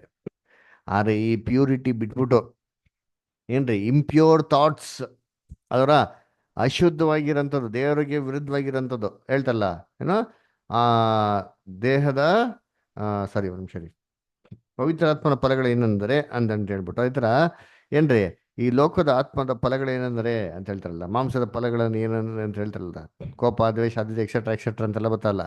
ಈ ಥರ ಥಾಟ್ಸ್ಗಳನ್ನೇ ನಾವು ಜನ್ರೇಟ್ ಮಾಡಿ ಎಂಕರೇಜ್ ಮಾಡ್ತಾ ಇದ್ರೆ ಅವಾಗ ಏನಪ್ಪ ಮೀನಿಂಗು ಅಂತಂದರೆ, ನಾವು ನಮ್ಮ ಹೃದಯದಲ್ಲಿ ಸೇತನ್ನ ಆದಷ್ಟು ಅವಕಾಶ ಏನು ಮಾಡ್ತಾ ಇದ್ದೀವಿ, ನಮ್ಮ ಹೃದಯದಲ್ಲಿ ಕೊಡ್ತಾ ಇದ್ದೀರಿ ಅಂತ ಅರ್ಥ ಅಲ್ವರ? ಹೇಗೆ ಈ ಥರ ಮಾಡ್ಬೋದಾ? ಇದು ಸಾಧ್ಯ ಅಂದರೆ ಎಸ್, ಸಾಧ್ಯವಾಗ್ತದೆ. ಹೆಂಗೆ ದೇವರು ಸೌಲ್ ರಾಜನಿಗೆ ಅಭಿಷೇಕ ಮಾಡಿದ್ರು, ದೇವರಲ್ಲಿ ಏನಾಗ್ತದೆ ನಮ್ಮ ಪ್ರಬಂಧನೆ ಮಾಡ್ತಾ ಇದ್ದ, ಬೈಬಲ್ ಐತೆ ವಾಕ್ಯ, ದೇವ್ರಿಗೆ ಯೋಗ್ಯವಾಗಿ ಬದುಕ್ತಾ ಇದ್ದ, ದೇವ್ರ ಮಾರ್ಗದಲ್ಲಿ ನಡೀತಾ ಇದ್ದ, ಪ್ರವಾದನೆ ಮಾಡ್ತಾ ಇದ್ದ, ಯುದ್ಧಗಳನ್ನ ಗೆಲ್ತಾ ಇದ್ದ. ಆದ್ರೆ ಇದೇ ಒಂದು ಸೌಲ್ ರಾಜ ಯಾವಾಗ ದೇವರಿಗೆ ತಪ್ಪು ಮಾಡಕ್ಕೆ ಶುರು ಮಾಡದ್ನ, ಏನು ಮಾಡ್ದ? ದೇವ್ರ ಬಗ್ಗೆ ನೆಗೆಟಿವ್ ಆಗಿ ಥಿಂಕ್ ಮಾಡೋಕ್ಕೆ ಶುರು ಮಾಡ್ದ. ಸ್ಲೋ ಆಗಿ ದೇವ್ರ ಆತ್ಮನೇ ತೊಂದ ಬಿಟ್ಟು ಹೋಗೋದಕ್ಕೆ ಶುರು ಆಯಿತು. ಅದರ ದೇವ್ರ ಮಕ್ಳು ವಿರುದ್ಧವಾಗಿ ಏನು ಮಾಡೋದು? ಕುತಂತ್ರಗಳು ಮಾಡೋಕೆ ಏನು ಮಾಡ್ದ? ಅಲ್ಲಿ ಶುರು ಮಾಡ್ದ ಅಂತೀನಿ. ಆವಾಗ ಏನಪ್ಪ ಆಯಿತು ಅಂದರೆ ಅವನಲ್ಲಿ ಏನು ತುಂಬ್ಕೊಂತು? ಅವನಲ್ಲಿ ದುರಾತ್ಮ ತುಂಬ್ಕೊಂತು, ದುರ್ಬುದ್ಧಿ ಬಂದಿತ್ತಲ್ಲ. ಆ ದುರ್ಬುದ್ಧಿ ಮೈಂಡಲ್ಲಿ ಇರೋದ್ರಿಂದ ಅದಕ್ಕೆ ಕ್ರಿಯೆ ಮಾಡೋಕೆ ಏನು ಮಾಡೋದು ಶುರು ಮಾಡೋದು. ಇದೆಲ್ಲ ಯಾರು ಇನ್ಫ್ಲೂಯೆನ್ಸು ಅಂದರೆ ಇದೆಲ್ಲ ಇವಿಲ್ ಇನ್ಫ್ಲೂಯೆನ್ಸ್. ಒಂದು ವಾಕ್ಯ ಓದೋಣ. ಯಾರು ಎಪಿಸ 2:2 ಓದ್ರಿ. ನೀವು ಪೂರ್ವದಲ್ಲಿ ಅಪರಾಧಗಳನ್ನು ಪಾಪಗಳನ್ನು ಮಾಡುವವರಾಗಿದ್ದು ಲೋಕಾಚಾರಕ್ಕೆ ಅನುಸಾರವಾಗಿ ನಡೆದುಕೊಂಡಿರಿ. ವಾಯುಮಂಡಲದಲ್ಲಿ ಅಧಿಕಾರ ನಡೆಸುವ ಅಧಿಪತಿಗೆ, ಅಂದರೆ ನಂಬಲೊಲ್ಲದವರನ್ನು ಅವಿಧೇಯತೆಗೆ ಈಗ ಪ್ರೇರೇಪಿಸುವ ಆತ್ಮನಿಗೆ ಅನುಸಾರವಾಗಿ ನಡೆದುಕೊಂಡಿರಿ. ನೋಡ್ರ, ನಂಬಲಲ್ಲದವರನ್ನು ಅವಿಧೇಯತೆಗೆ ಪ್ರೇರಣೆ ಮಾಡ್ತಾನೆ. ಅದರ ಯಾರು? ವಾಯುಮಂಡಲ ಅಧಿಕಾರ ನಡೆಸಂತ ಅಧಿಪತಿ. ಚೇತನ ವಾಯುಮಂಡಲ ಅಧಿಕಾರ ನಡೆಸ್ತಾನೆ. ಯಾರೆಲ್ಲ ನಂಬಲ್ಲೋ ಅವನ್ನೆಲ್ಲ ಪ್ರೇರಣೆ ಮಾಡ್ತಾನೆ. ಹೆಂಗ್ ಪ್ರೇರಣೆ ಮಾಡ್ತಾನೆ? ಅವನ ಒಳಗಡೆ ಬಂದು ಅವ್ನು ತುಂಬಿಕೊಂಡು ಅವ್ರ ಮುಖಾಂತರ ಎಲ್ಲ ಕೆಲಸ ಮಾಡ್ತಾನೆ. ಏನಿಲ್ಲ ರೀ, ಇನ್ಫ್ಲೂಯೆನ್ಸ್ ಜಮಾಯಿಸ್ತಾನೆ ನೋಡ್ರಿ ಅಂತೀನಿ ಅಷ್ಟೇ. ಅದರ ಪ್ರಭಾವ ಬೀರ್ತಾನೆ. ಅದರ ಅಲ್ಲಿ ನಿಂತ್ಕೊಂಡೆ ಏನು ಮಾಡ್ತಾನೆ ಏನ್ರಿ, ಅವರು ಅವಿಧೇಯರಾಗಿ ನಡ್ಕೊಳೋ ರೀತಿಲಿ ಮೋಟಿವೇಟ್ ಮಾಡ್ತಾರೆ. ಇದು ಸೇತನ್ ಮಾಡೋಂಥ ಕೆಲಸ ರೀ. ಇದೇ ರೀತಿ ಅನಾನಿಯಾಸ್ ಮತ್ತು ಸಫೀರಾ ಅವರು ಅದರ ತನ್ನ ಒಂದು ಆಸ್ತಿನ ಏನು ಮಾಡ್ತಾರೆ. ಅದರ ಮಾರ್ಬಿಟ್ಟು ಏನು ಮಾಡ್ತಾರೆ, ಪೇತ್ರನಿಗೆ ಏನು ಮಾಡ್ತಾರೆ, ಒಪ್ಪಿಸ್ಕೊಡ್ತಾರೆ. ಆ ಕಾಲದಲ್ಲಿ ಹೆಂಗಿತ್ತು ಆದಿಸಭೆಯಲ್ಲಿ ಅಂದರೆ ಎಲ್ಲ ಏನಿದೆಯೋ ಎಲ್ಲಾನು ಮಾರ್ಬಿಟ್ಟು ಅಪೊಸ್ತಲರಿಗೆ ಮಾಡೋರು, ಒಪ್ಪಿಸ್ಕೊಡೋರು. ಅವ್ರೇನು ಮಾಡೋರು, ಸಭೆಗೆ ಎಲ್ಲರಿಗೂ ಈಕ್ವಲ್ ಆಗಿ ಏನು ಮಾಡೋರು, ಯಾರ್ಯಾರಿಗೆ ಅವಶ್ಯಕತೆ ಇದೆ ಈಕ್ವಲ್ ಆಗಿ ಡಿಸ್ಟ್ರಿಬ್ಯೂಟ್ ಮಾಡೋರು. ಅಲ್ಲ, ಇವ್ರೇನು ಮಾಡಿದ್ರು ಅಂತಂದರೆ ಅಪೊಸ್ತಲ ಪೇತ್ರ ಒಪ್ಪಿಸ್ಬೇಕಾದ್ರೆ ಇಷ್ಟೇನಾ ಬಂದಿದ್ದು ಅಂತಂದ್ರೆ ಹೌದು ಇಷ್ಟೇ ಬಂದಿದ್ದು ಅಂತ ಏನು ಮಾಡ್ತಾರೆ ಹೇಳ್ತಾರೆ. ಸ್ವಲ್ಪ ದ್ರವ್ಯನ ಏನು ಮಾಡ್ತಾರೆ, ಅವ್ರು ಎತ್ತಿಟ್ಕೊಂಡ್ಬಿಡ್ತಾರೆ, ಸುಳ್ಳು ಹೇಳ್ಬಿಡ್ತಾರೆ. ಅದರ ಏನ್ರಿ, ಸುಳ್ಳು ಹೇಳ್ಬಾರ್ದಾಗಿತ್ತು. ಯಾಕಂದ್ರೆ ಪೇತ್ರನಿಗೆ ಏನ್ರಿ ಸ್ಪಷ್ಟವಾಗಿ ಗೊತ್ತಿತ್ತು. ಆ ಕಾಲಲ್ಲಿ ಇತ್ತಿದ್ರಿ, ಈ ಕಾಲದಲ್ಲಿ ಐತೆ ಇಲ್ಲ ಏನ್ರಿ ಅಷ್ಟು ಗೊತ್ತಿಲ್ಲ. ಆದರೆ ಆ ಕಾಲದಲ್ಲಿ ಇನ್ನು ಬೈಬಲ್ ಬರೆಯಲ್ಪಟ್ಟಿಲ್ಲದ ಕಾಲದಲ್ಲಿ ಎಷ್ಟೋ ವಿಚಾರಗಳು ಆಲ್ರೆಡಿ ದೇವ್ರು ಏನು ಮಾಡಿದ್ರು, ಅಪೊಸ್ತಲರಿಗೆ ಮುಖ್ಯವಾಗಿ ತಿಳಿಸ್ತಾ ಇದ್ರು. ಅಂದ ಪೇತ್ರನಿಗೆ ದೇವರು ಒಂದು ಜ್ಞಾನೋದಯದ ಒಂದು ಪ್ರಭಾವ, ಒಂದು ಶಕ್ತಿಯಿಂದ ಎಷ್ಟು ಏನಾಗಿದೆ ಡೀಲ್ ಅಂತ ಏನು ಮಾಡಿದ್ರು, ಕ್ಲೀನ್ ಆಗಿದ್ನ ಆಲ್ರೆಡಿ ವಿವರಣೆ ಏನು ಮಾಡಿದ್ರು, ಅವಾಗ ತಿಳಿಸಿದ್ರು. ಆದರೆ ಇವರು ಅಲ್ಲಿ ಒಪ್ಪಿಸ್ಬೇಕಾದ್ರೆ, ಸುಳ್ಳು ಹೇಳ್ಬೇಕಾದ್ರೆ ಅಪೊಸ್ತಲ ಪೇತ್ರನ ಹೇಳ್ತಾರೆ, ಯಾಕಪ್ಪ ನೀನು ಸುಳ್ಳಾಡಿದೆ? ಸುಳ್ಳಾಡಿದ್ದು ಯಾರಿಗೆ? ಆ್ಯಕ್ಚುಲಿ ಇವರ ಪೇತ್ರನಿಗೆ. ಪೇತ್ರನಲ್ಲಿ ಯಾರಿದ್ರು? ಪೇತ್ರನಿಗೆ ಏನು ಕೊಟ್ಟಿದ್ರು ದೇವರು? ತನ್ನ ಪವಿತ್ರ ಆತ್ಮನ ದಯಪಾಲಿಸಿದ್ರು. ಇದು ಯಾರ ಆತ್ಮ? ಇದು ದುರಾತ್ಮನ ಅಂದರೆ ಇಲ್ಲ ರೀ, ಇದು ದೇವರಿಂದ ಬಂದಿರೋಂಥ ಒಂದು ಪರಿಶುದ್ಧವಾಗಿರೋಂಥ ಆತ್ಮ. ಹಂಗಂದ್ರೆ ಅವರಲ್ಲಿ ಯಾರು ವಾಸ ಮಾಡ್ತಾ ಇದ್ರು? ದೇವ್ರು ವಾಸ ಮಾಡ್ತಾರೆ. ನಮ್ಮಲ್ಲಿ ಹೆಂಗೆ ವಾಸ ಮಾಡ್ತಾರೆ? ನೀವು ದೇವರು ಗರ್ಭಗುಡಿ ಆಗಿದ್ದೀರಾ, ದೇವರು ನಿಮ್ಮಲ್ಲಿ ವಾಸ ಮಾಡ್ತಾರೆ ಅಂತ ನಿಮ್ಗೆ ತಿಳಿಯೋದು. ಅದರ ನೀವು ಹೆಂಗೆ ಅವಿಶ್ವಾಸಗಳು ಜೋಡಾಗಿ ನಡೀತೀರಾ ಅಂತ ಬೈಬಲ್ ವಾಕ್ಯ ಹೇಳ್ತಾರ ಇಲ್ವಾ? ಅದರ ಅದನ್ನ ನೋಡ್ಬೇಕಾದ್ರೆ ಬಿಲಿಯಾಲಿನ್ಗೂ ಕ್ರಿಸ್ತನ್ಗೂ ಏನು ಐಕ್ಯತೆ, ಸುಳ್ಳಿಗೂ ಸತ್ಯಕ್ಕೂ ಏನು ಐಕ್ಯತೆ ಅಂತ ವಾಕ್ಯ ಹೇಳಲ್ವಾ? ಹಾಗಾದ್ರೆ ನಮ್ಮಲ್ಲಿರೋದು ಯಾರು ಅಂದರೆ ನಾವು ದೇವ್ರ ಗರ್ಭಗುಡಿ, ದೇವ್ರು ನಮ್ಮಲ್ಲಿ ವಾಸ ಮಾಡ್ತಾರೆ. ಇದೇ ಥರ ಪೇತ್ರನ ಏನು ಮಾಡ್ತಾರೆ? ದೇವರು ಪವಿತ್ರಾತ್ಮ ಮುಖಾಂತರ ಏನಾಗಿದ್ರಲ್ಲಿ ಇದ್ರು. ಅವಾಗ ಅಪೊಸ್ತಲ ಪೇತ್ರನಿಗೆ ಸುಳ್ಳಾಡಿದ್ರೆ ಯಾರಿಗೆ ಸುಳ್ಳಾಡಂತ ಲೆವೆಲ್ ಅಂತಂದ್ರೆ ಏನ್ರಿ, ಅಲ್ಲಿ ಕ್ರಿಸ್ತನಿಗೆ, ದೇವರಿಗೆ, ಪವಿತ್ರಾತ್ಮ ವಿರುದ್ಧವಾಗಿ ಏನು ಮಾಡೋದಂಗೆ, ಸುಳ್ಳಾಡ್ದಂಗೆ ಅಂತ ಅರ್ಥ. ಹೆಂಗೆ ಅಲ್ವರ? ಹೇಗಪ್ಪ ಅಂದರೆ ನೋಡಿ, ಅಪೊಸ್ತಲ ಕೃತ್ಯಗಳಲ್ಲಿ ವಾಕ್ಯ ಓದೋಣ. ಅಪೊಸ್ತಲ ಕೃತ್ಯಗಳಲ್ಲಿ 9ನೇ ಅಧ್ಯಾಯ ಇರಬೇಕು. ಅಪೊಸ್ತಲ ಕೃತ್ಯಗಳು 9ನೇ ಅಧ್ಯಾಯ 4ನೇ ವಾಕ್ಯ ಓದ್ರಿ ಯಾರಾದ್ರ. ಅಪೊಸ್ತಲ ಕೃತ್ಯಗಳು 9:4. ಅವನು ನೆಲಕ್ಕೆ ಬಿದ್ದು, ಸೌಲನೇ ಸೌಲನೇ, ನನ್ನನ್ನು ಯಾಕೆ ಹಿಂಸೆಪಡಿಸ್ತಿ ಎಂದು ಹೇಳುವ ವಾಣಿಯನ್ನು ಕೇಳಿದ. ಸಾಕು. ಇಲ್ಲಿ ಕ್ರಿಸ್ತನು ಸೌಲಿಗೆ ಕಾಣಿಸ್ಕೊಂತಾರೆ. ಕಾಣಿಸ್ಕೊಂಡ್ಬಿಟ್ಟು ಏನ್ ಕೇಳ್ತಾರೆ? ಸೌಲನೇ ಸೌಲನೇ, ಏಕೆ ನನ್ನನ್ನು ಹಿಂಸೆ ಪಡಿಸ್ತಿ ಅಂತ ಹೇಳ್ತಾರೆ. ಕರೆಕ್ಟಾ? ಹೌದು. ಇವಾಗ ನಿಮ್ಗೆಲ್ಲ ಒಂದು ಕ್ವಶನ್. ಅಪೋಸ್ಟಲ್ ಪೌಲ್ ಸೌಲಾಗಿರ್ಬೇಕಾದ್ರೆ ಕ್ರಿಸ್ತನ್ಗೆ ಹಿಂಸೆ ಕೊಟ್ರಾ? ಹೌದು, ಕೊಟ್ರು ಬ್ರದರ್. ಹೆಂಗ್ ಕೊಟ್ರ? ಕ್ರಿಸ್ತನ್ ಅದೇ ಸತ್ತೋಗ್ಬಿಟ್ಟಿರಲ್ಲ, ಕ್ರಿಸ್ತನ್ಗೆ ಹೆಂಗ್ ಕೊಟ್ರು? ಕ್ರಿಸ್ತನ ಸಭೆಗೆ brother. ಕ್ರಿಸ್ತನ ದೇಹಕ್ಕೆ ಕೊಟ್ರೆ ಅವ್ರಿಗೆ ಕೊಟ್ಟಂಗ. ಎಸ್, ಕರೆಕ್ಟ್ ಆಗಿ ಹೇಳಿದ್ರೆ ನೋಡಿ. ಇದೇ ತರ ಅಪೋಸ್ಟ್ಲು ಪೇತ್ರ ಯಾರಪ್ಪ ಅಂದ್ರೆ ಕ್ರಿಸ್ತನ್ ದೇಹಕ್ಕೆ ಅಂಗ. ಅವ್ರ ವಿರುದ್ಧವಾಗಿ ತಪ್ಪು ಮಾಡಿದ್ರೆ it is almost equal to sinning against the holy spirit of God ಅಂತಾನೆ ಅಲ್ಲರ. ಇದೇ ಅರ್ಥದಲ್ಲಿ ಎಮ್ಮಡದಲ್ಲಿ ಅದಕ್ಕೆ ನಮ್ಗೆ ಹೇಳೋದು ಬೈಬಲಲ್ಲಿ ಒಬ್ರಿಗೊಬ್ರು ಸುಳ್ಳಾಡಬೇಡಿರಿ ಅದರ ಯೋಚನೆ ಮಾಡಿರ್ತೀನಿ. ಸುಳ್ಳಾಡಬೇಡಿ ಅಂತ ಅದಕ್ಕೆ ಏನು ಮಾಡೋದಲ್ಲಿ ಹೇಳೋದು. ಆಸ್ತಿ ಅಂತಸ್ತು ಇಂಪಾರ್ಟೆಂಟ್ ಅಲ್ಲ ರೀ, ಅದರ ಶ್ರೇಷ್ಠತೆ ಅಂದಿರೋದು ನಿಷ್ಠಾವಂತಿಕೆ ಆಗಿರೋದು, ಅದರ ಯಥಾರ್ಥವಾಗಿ ದೇವ್ರಿಗೆ ಏನ್ರಿ ಇರೋಂಥದ್ದು. ಕೀರ್ತನೆ 15 ಹೇಳ್ತಾರೆ, ಯೆಹೋವನ ಪರ್ವತದಲ್ಲಿ ವಾಸತಕ್ಕವನು ಯಾರು? ಯಾರಂತೆ ಅವನು? ಸಜ್ಜನನೋ ನೀತಿವಂತನೋ ಮನಪೂರ್ವಕವಾಗಿ ಸತ್ಯವನ್ನಾಡಂತವನು. ಯಥಾರ್ಥವಾಗಿ ಬಿಡ್ಬೇಕ್ರಿ. ಅದರ ದೇವ್ರ ಚಿತ್ತ ಇದ್ರೆ ದೇವ್ರಿಗೂ ಆಶೀರ್ವಾದ ಮಾಡ್ತಾರೆ. ಇಲ್ಲ ಅಂದ್ರೂ ಕೂಡ ದೇವ್ರು ಯಾವತ್ತೂ ದೇವ್ರ ಮಕ್ಳು ನಿಮ್ಮ ಮಾಡಕ್ ಹೋಗಲ್ಲ, ಕೈ ಬಿಡಕ್ ಹೋಗಲ್ಲ. ಸಿಂಹದ ಮರಿಗಳು ಹಸಿದಾಗಿ ಬಿದ್ದಿರ್ತಾರೆ, ಆದರೆ ದೇವ್ರ ಮಕ್ಕಳು ಹಸಿದಾಗಿರೋದನ್ನು ಯಾವತ್ತೂ ನೋಡಿಲ್ಲ. ಅದರ ದೇವ್ರ ಮಕ್ಕಳು ಭಿಕ್ಷೆ ಎತ್ತಿದ್ದನ್ನು ಯಾವತ್ತೂ ನೋಡಿಲ್ಲ ಅಂತ ಹೇಳ್ತಾರೆ. ಅದರ ದೇವ್ರ ಮಕ್ಳಿಗೆ ಯಾವ ಕೃತ್ಯಗಳು ಏನು ಮಾಡೋದಿಲ್ಲ, ಕೊಡಕ್ಕೆ ಹೋಗಲ್ಲ. ದೇವ್ರು ಕರೆಕ್ಟಾಗೆ ದೇವ್ರ ಮಕ್ಳಿಗೆ ಏನು ಬೇಕೋ. ಇಸ್ರೇಲ್ ಜನಗಳಿಗೆ ವರ್ಸ್ಟ್ ಫೆಲೋಸ್ ಬೈಬಲ್ ಹೇಳ್ತಾರೆ, ಸ್ಟಿಫ್ ನೆಕ್ ಪೀಪಲ್ ಅಂತ ಅಂದ್ಬಿಟ್ರೆ. ಅದರ ಅಂಥವ್ರಿಗೇನೆ ಮನ್ನಾ ಕೊಟ್ಬಿಟ್ಟವ್ರೆ, ಅಂಥವ್ರಿಗೇನೆ ನಾನ್ ವೆಜಿಟೇರಿಯನ್ ಫುಡ್ ಕೊಟ್ಟವ್ರೆ, ಅಂಥವ್ರಿಗೇನೆ ಕಾನಾನ್ ದೇಶಕ್ಕೆ ಹೋಗಿ ಸೇರಿಸ್ಬಿಟ್ರಪ್ಪ. ಇದೇನಪ್ಪ ಬೇಕು? ಅಂಥವ್ರನ್ನೇ ಭಯಂಕರ ದೂತ ಮಾಡಿ ಫಾರೋನಿಂದ ಬಿಡುಗಡೆ ಮಾಡಿ ಕರ್ಕೊಂಬರ್ತಾರೆ. ಸಂಬಳನೇ ಕೊಟ್ಟಿಲ್ಲ ಫಾರೋ, ಹೋಗ್ಬೇಕಾರೆ ಎಲ್ಲ ಲಂಸಮ್ಮು, ಬೋನಸ್ಸು, ಗ್ರ್ಯಾಜುಯಿಟಿ, ಅದರ ವಿತ್ ಸ್ಯಾಲ್ರಿ, ಅದರ EL CL ವಿತ್ ಏನ್ರಿ ವಿತ್ ಇಂಟ್ರೆಸ್ಟ್ ಶೇರ್ ಕೊಟ್ಬಿಡ್ತಾರೆ ದೇವರು. ಒಡವೆಗಳು ಕೊಡ್ತಾರ ಇಲ್ವಾ ಹೋಗ್ಬೇಕಾರೆ? ಹೆಂಗ್ ಕೊಟ್ರಂತೆ ದೇವ್ರ ಬೈಬಲ್ ವಾಕ್ಯ ಹೇಳ್ತಾರೆ, ದೇವ್ರವ್ರಿಗೆ ಮನಸ್ಸು ಕೊಟ್ರು ಅಂತ. ಎಷ್ಟು ಕೊಡ್ತಾರೆ, ಕೊಟ್ಬಿಟ್ಟು ತಳ್ಬಿಡ್ತಾರೆ ಮನೆಯಿಂದ. ಓರಿ ಫಸ್ಟ್ ಗೆಟ್ ಔಟ್, ತೊಗೊಂಡು ಹಾಳಾಗೋರಿ, ಎಲ್ಲ ತೊಗೊಂಡ್ರೆ ನೀವೇ ಅಂತಂದ್ಬಿಟ್ಟು. ಅವರ ಆ ಥರ ದೇವ್ರ ಮಕ್ಳಿಗೆ ಕೊಡ್ಬೇಕು ಅನ್ನೋ ದೇವ್ರು ಕೊಡ್ತಾರೆ ನೋಡಿರ್ತೀನಿ. ಇದಕ್ಕೆ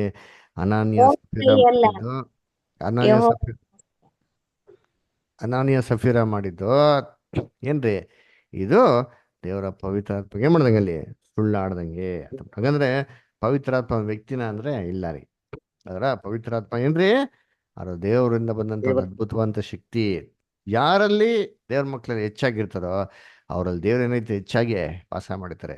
ಅದರ ಇದು ಇಂಡೈರೆಕ್ಟ್ ಆಗಿ ಏನಂದ್ರೆ ಅಂತ ದೇವ್ರ ಮಕ್ಳಿಗೆ ನಾವೇನ ಮಾಡಿದ್ರೆ ಯಾರು ಮಾಡ್ದಂಗೆ ಅಂದ್ರೆ ಕ್ರಿಸ್ತಂಗೆ ಮಾಡ್ದಂಗೆ. ಕೆಟ್ಟದಾರು ಸರಿ, ಒಳ್ಳೇದಾರು ಸರಿ.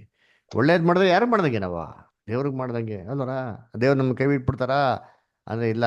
ನಮ್ಮ ಬೈಬಲಲ್ಲಿ ನಮ್ಮ ಕನ್ವೆನ್ಷನಲ್ಲಿ ನಮ್ಮ ಥಾಮಸ್ ಬ್ರದರ್ ಸಬ್ಜೆಕ್ಟ್ ತೊಗೊಂಡ್ರು ಗೊತ್ತಾ? ದೇವ್ರಿಗೆ ಕಾಣಿಕೆ ಕೊಡ್ಬೇಕಾದ್ರೆ ಎಷ್ಟು ಪರ್ಸೆಂಟೇಜ್ ಆ್ಯಡ್ ಮಾಡ್ಕೊಡ್ಬೇಕಂತ ಗೊತ್ತಿದ್ಯಾ? ಏನು ಹೇಳಿದ್ರೆ ಮಾತು ಮಾಡ್ತಿದ್ಯಾ? ಜ್ಞಾಪನ ಇದೆಯಾ? ಎಷ್ಟು ಪರ್ಸೆಂಟೇಜ್ ಆ್ಯಡ್ ಮಾಡು ಅಂತ ಹೇಳ್ತಾರೆ? ಎಷ್ಟಾದ್ರೂ ಕೊಡ್ಬೋದು. 5ರಲ್ಲಿ 1 ಭಾಗ ಸೇರಿಸ್ಕೊಡಿ ಅಂತ ಹೇಳ್ತಾರೆ. ಅಂದರೆ ನಮ್ಮ ದೇವ್ರ ಪರ್ಸೆಂಟೇಜ್ ಕೊಡೋದು ಎಷ್ಟು ಪರ್ಸೆಂಟೇಜ್ ಅಪ್ಪ? ಅದು ಇಂಟ್ರೆಸ್ಟ್, ಅದರ ಬಡ್ಡಿ ವ್ಯವಹಾರ. ನಮ್ಮ ದೇವರು ಬಡ್ಡಿ ಕೊಡ್ತಾರೆ. ಎಷ್ಟು ಕೊಡ್ತಾರೆ ಗೊತ್ತಾ? 20% ರೀ. 20% ಸೇರ್ಸ್ ಏನು ಮಾಡ್ತಾರೆ ನಮಗೆ ಕೊಡ್ತಾರೆ. ಮಲಾಕಿಲ್ ಹೇಳ್ತಾರಲ್ಲ, ನೀವು ಏನು ಮಾಡೋಕ್ಕಾಗಲ್ಲ, ಅದನ್ನ ಹಿಡಿಯೋದಕ್ಕಾಗಲ್ಲ ರೀ ಅಲ್ವರ, ನೀವು ಅದನ್ನ ಶೇಖರಣೆ ಮಾಡೋಕ್ಕಾಗಲ್ಲ. ಅದರ ನೀವು ಎದುರು ನೋಡೋದಕ್ಕಿಂತ ದೇವ್ರು ಏನು ಮಾಡ್ತಾರೆ ಜಾಸ್ತಿ. ಅದರ ಅದಕ್ಕೆ ನಾವು ದೇವ್ರಿಗೆ ಏನಾಗಿರ್ಬೇಕು ಅಂದರೆ ನಾವು ದೇವ್ರ ವಿದ್ಯರಾಗಿರ್ಬೇಕು. ದೇವ್ರು ನಮ್ನ ಏನು ಮಾಡ್ತಾರೆ? ಪರೀಕ್ಷೆ ಮಾಡಿ ನೋಡ್ತಾರೆ. ಅದರ ದೇವ್ರು ಏನು ಮಾಡ್ತಾರೆ? ಯೋಗ್ಯವಾಗಿದ್ದಾರಾ, ಇವ್ರು ಏನು ಮಾಡ್ತಾರೆ, ಎಲ್ಲಿ ಇವ್ರ ಬಿಹೇವಿಯರ್ಗಳು ಏನಿದೆ ಅಂತ ಚೆಕ್ ಮಾಡ್ತಾರೆ. ಆ ಚೆಕಿಂಗ್ ಟೈಮಲ್ಲಿ ನಾವು ದೇವ್ರಿಗೆ ಏನಾಗಿರ್ಬೇಕು? ಫೇತ್ಫುಲ್ ಆಗಿರ್ಬೇಕು. ಅಲ್ಟಿಮೇಟ್ ಚೆನ್ನಾಗಿ ಅರ್ಥ ಮಾಡ್ಕೊಳ್ಳಿ. ನಮ್ಮ ಗೋಲ್ ಏನು? ಕಿರೀಟಾಗಿರೋದಾಗಿರ್ಬೇಕು. ಇಲ್ಲಿ ಏನೇ ಕಳ್ಕೊಂಡ್ರು ಪರವಾಗಿಲ್ಲ. ಇಲ್ಲಿ ಏನೇ ಕಳ್ಕೊಂಡ್ಬಿಟ್ರು ದೇವ್ರು ಅದನ್ನ ಕಂಪನ್ಸೇಟ್ ಮಾಡ್ತಾರೆ. ಬೈಬಲ್ ಹೇಳ್ತಾರಲ್ಲ, ನನ್ನ ನಾಮ ನಿಮಿತ್ತವಾಗಿ ಯಾರ ಮನೆ, ಆಸ್ತಿ, ಅಂತಸ್ತು, ಕುಟುಂಬನೆಲ್ಲ ಕಳ್ಕೊಂಡಿದಾರೋ ಅವ್ರಿಗೂ 100% ಏನು ಮಾಡ್ತೀನಿ? ಕೊಡ್ತೀನಿ. ಯಾವಾಗ? ಈ ಒಂದು ಲೈಫಲ್ಲಿ ಇವು ಕೊಟ್ಬಿಡ್ತಾರ ಏನ್ರಿ? ನಮ್ಗೆ ಏನು ಮಾಡ್ತಾರೆ ದೇವರು? ಅವರ ನಿತ್ಯ ಜೀವದಲ್ಲಿ ನಮ್ಗೆ ಏನು ಮಾಡ್ತಾರೆ? ಆಶೀರ್ವಾದ ಮಾಡ್ತಾರೆ, ಕೃಪೆ ನೀಡ್ತಾರೆ. ಓಕೆನಾ? ಸರಿ, ನಾವು ಸ್ಟಾಪ್ ಮಾಡೋಣ. ನೆಕ್ಸ್ಟ್ ವೀಕ್ ಕಂಟಿನ್ಯೂ ಮಾಡೋಣ. ಯಾರಿಗೇನ ಡೌಟ್ಸ್, ಏನೋ ಕ್ವಶನ್ಸ್ ಇದೆಯಾ? Any questions, any doubts? ಯಾರಿಗಿಲ್ಲ? ಗುಡ್. ಸರಿ, ಇದೇ ಥರ ಎಲ್ಲ ಕ್ಲಾಸ್ಗೂ ಎಲ್ಲರೂ ಬರ್ತಾ ಇದ್ದೀರಾ ಅಥವಾ ಬರೀ ವಾಲ್ಯೂಮ್ ಶೀಟಿಂಗ್ ಮಾತ್ರ ಈ ಥರ ಅಟೆಂಡೆನ್ಸ್ ಇದೆಯಾ? ಎಲ್ಲದಕ್ಕೂ ಅಟೆಂಡ್ ಆಗ್ತೀವಿ. Very good. ದಯವಿಟ್ಟು ಬನ್ನಿ ಆಯಿತಾ. ವಾರದಲ್ಲಿ 8 ದಿನದಲ್ಲೋ 7 ದಿನದಲ್ಲಿ, ಸರಿ ಕ್ಷಮಿಸ್ಬಿಡಿ, ಓಟಿ ಮಾಡಿ ನಮ್ಗೆ ತಲೆ ಕೆಟ್ಟೋಗ್ಬಿಡುತ್ತೆ.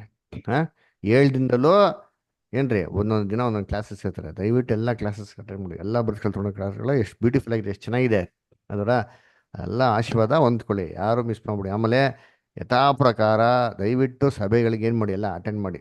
1 ದಿನ ಬರೋದು, 3 ದಿನ ಬರದೇ ಇರೋದು, ಇವೆಲ್ಲ ದೇವ್ರ ಮಕ್ಳ ಲಕ್ಷಣ ಇಲ್ಲ ರೀ. ಇರೋ ಟೈಮಲ್ಲಿ ವೆರಿ ಲಾಸ್ಟ್ ಸ್ಟೇಜಸ್ ಇದ್ರಿ, ಅದೆಲ್ಲ ನಾವು ರೆಗ್ಯುಲರ್ ಆಗಿ ಮಾಡಬೇಕು. ಸಭೆಗಳನ್ನ ಸೇರೋದನ್ನ ನಾವು ಯಾವುದೇ ಕಾರಣಕ್ಕೂ ಬಿಡಕ್ಕೆ ಹೋಗ್ಬಾರ್ದು. ಓಕೆನಾ? ಕರೆಕ್ಟ್ ಟೈಮ್ಗೆ ಕೂಡ ಏನು ಮಾಡಿ ಹೋಗೋದಕ್ಕೆ ನೀವೆಲ್ಲ ಪ್ರಯತ್ನ ಮಾಡಿ. ಓಕೆನಾ? ಸರಿ, ದೇವ್ರ ವಾಕ್ಯಗಳನ್ನ ಆಶೀರ್ವದಿಸ್ಲಿ. ಕೊನೆಯಾಗ ಒಂದು ಪ್ರಾರ್ಥನೆ ಮಾಡೋಣ.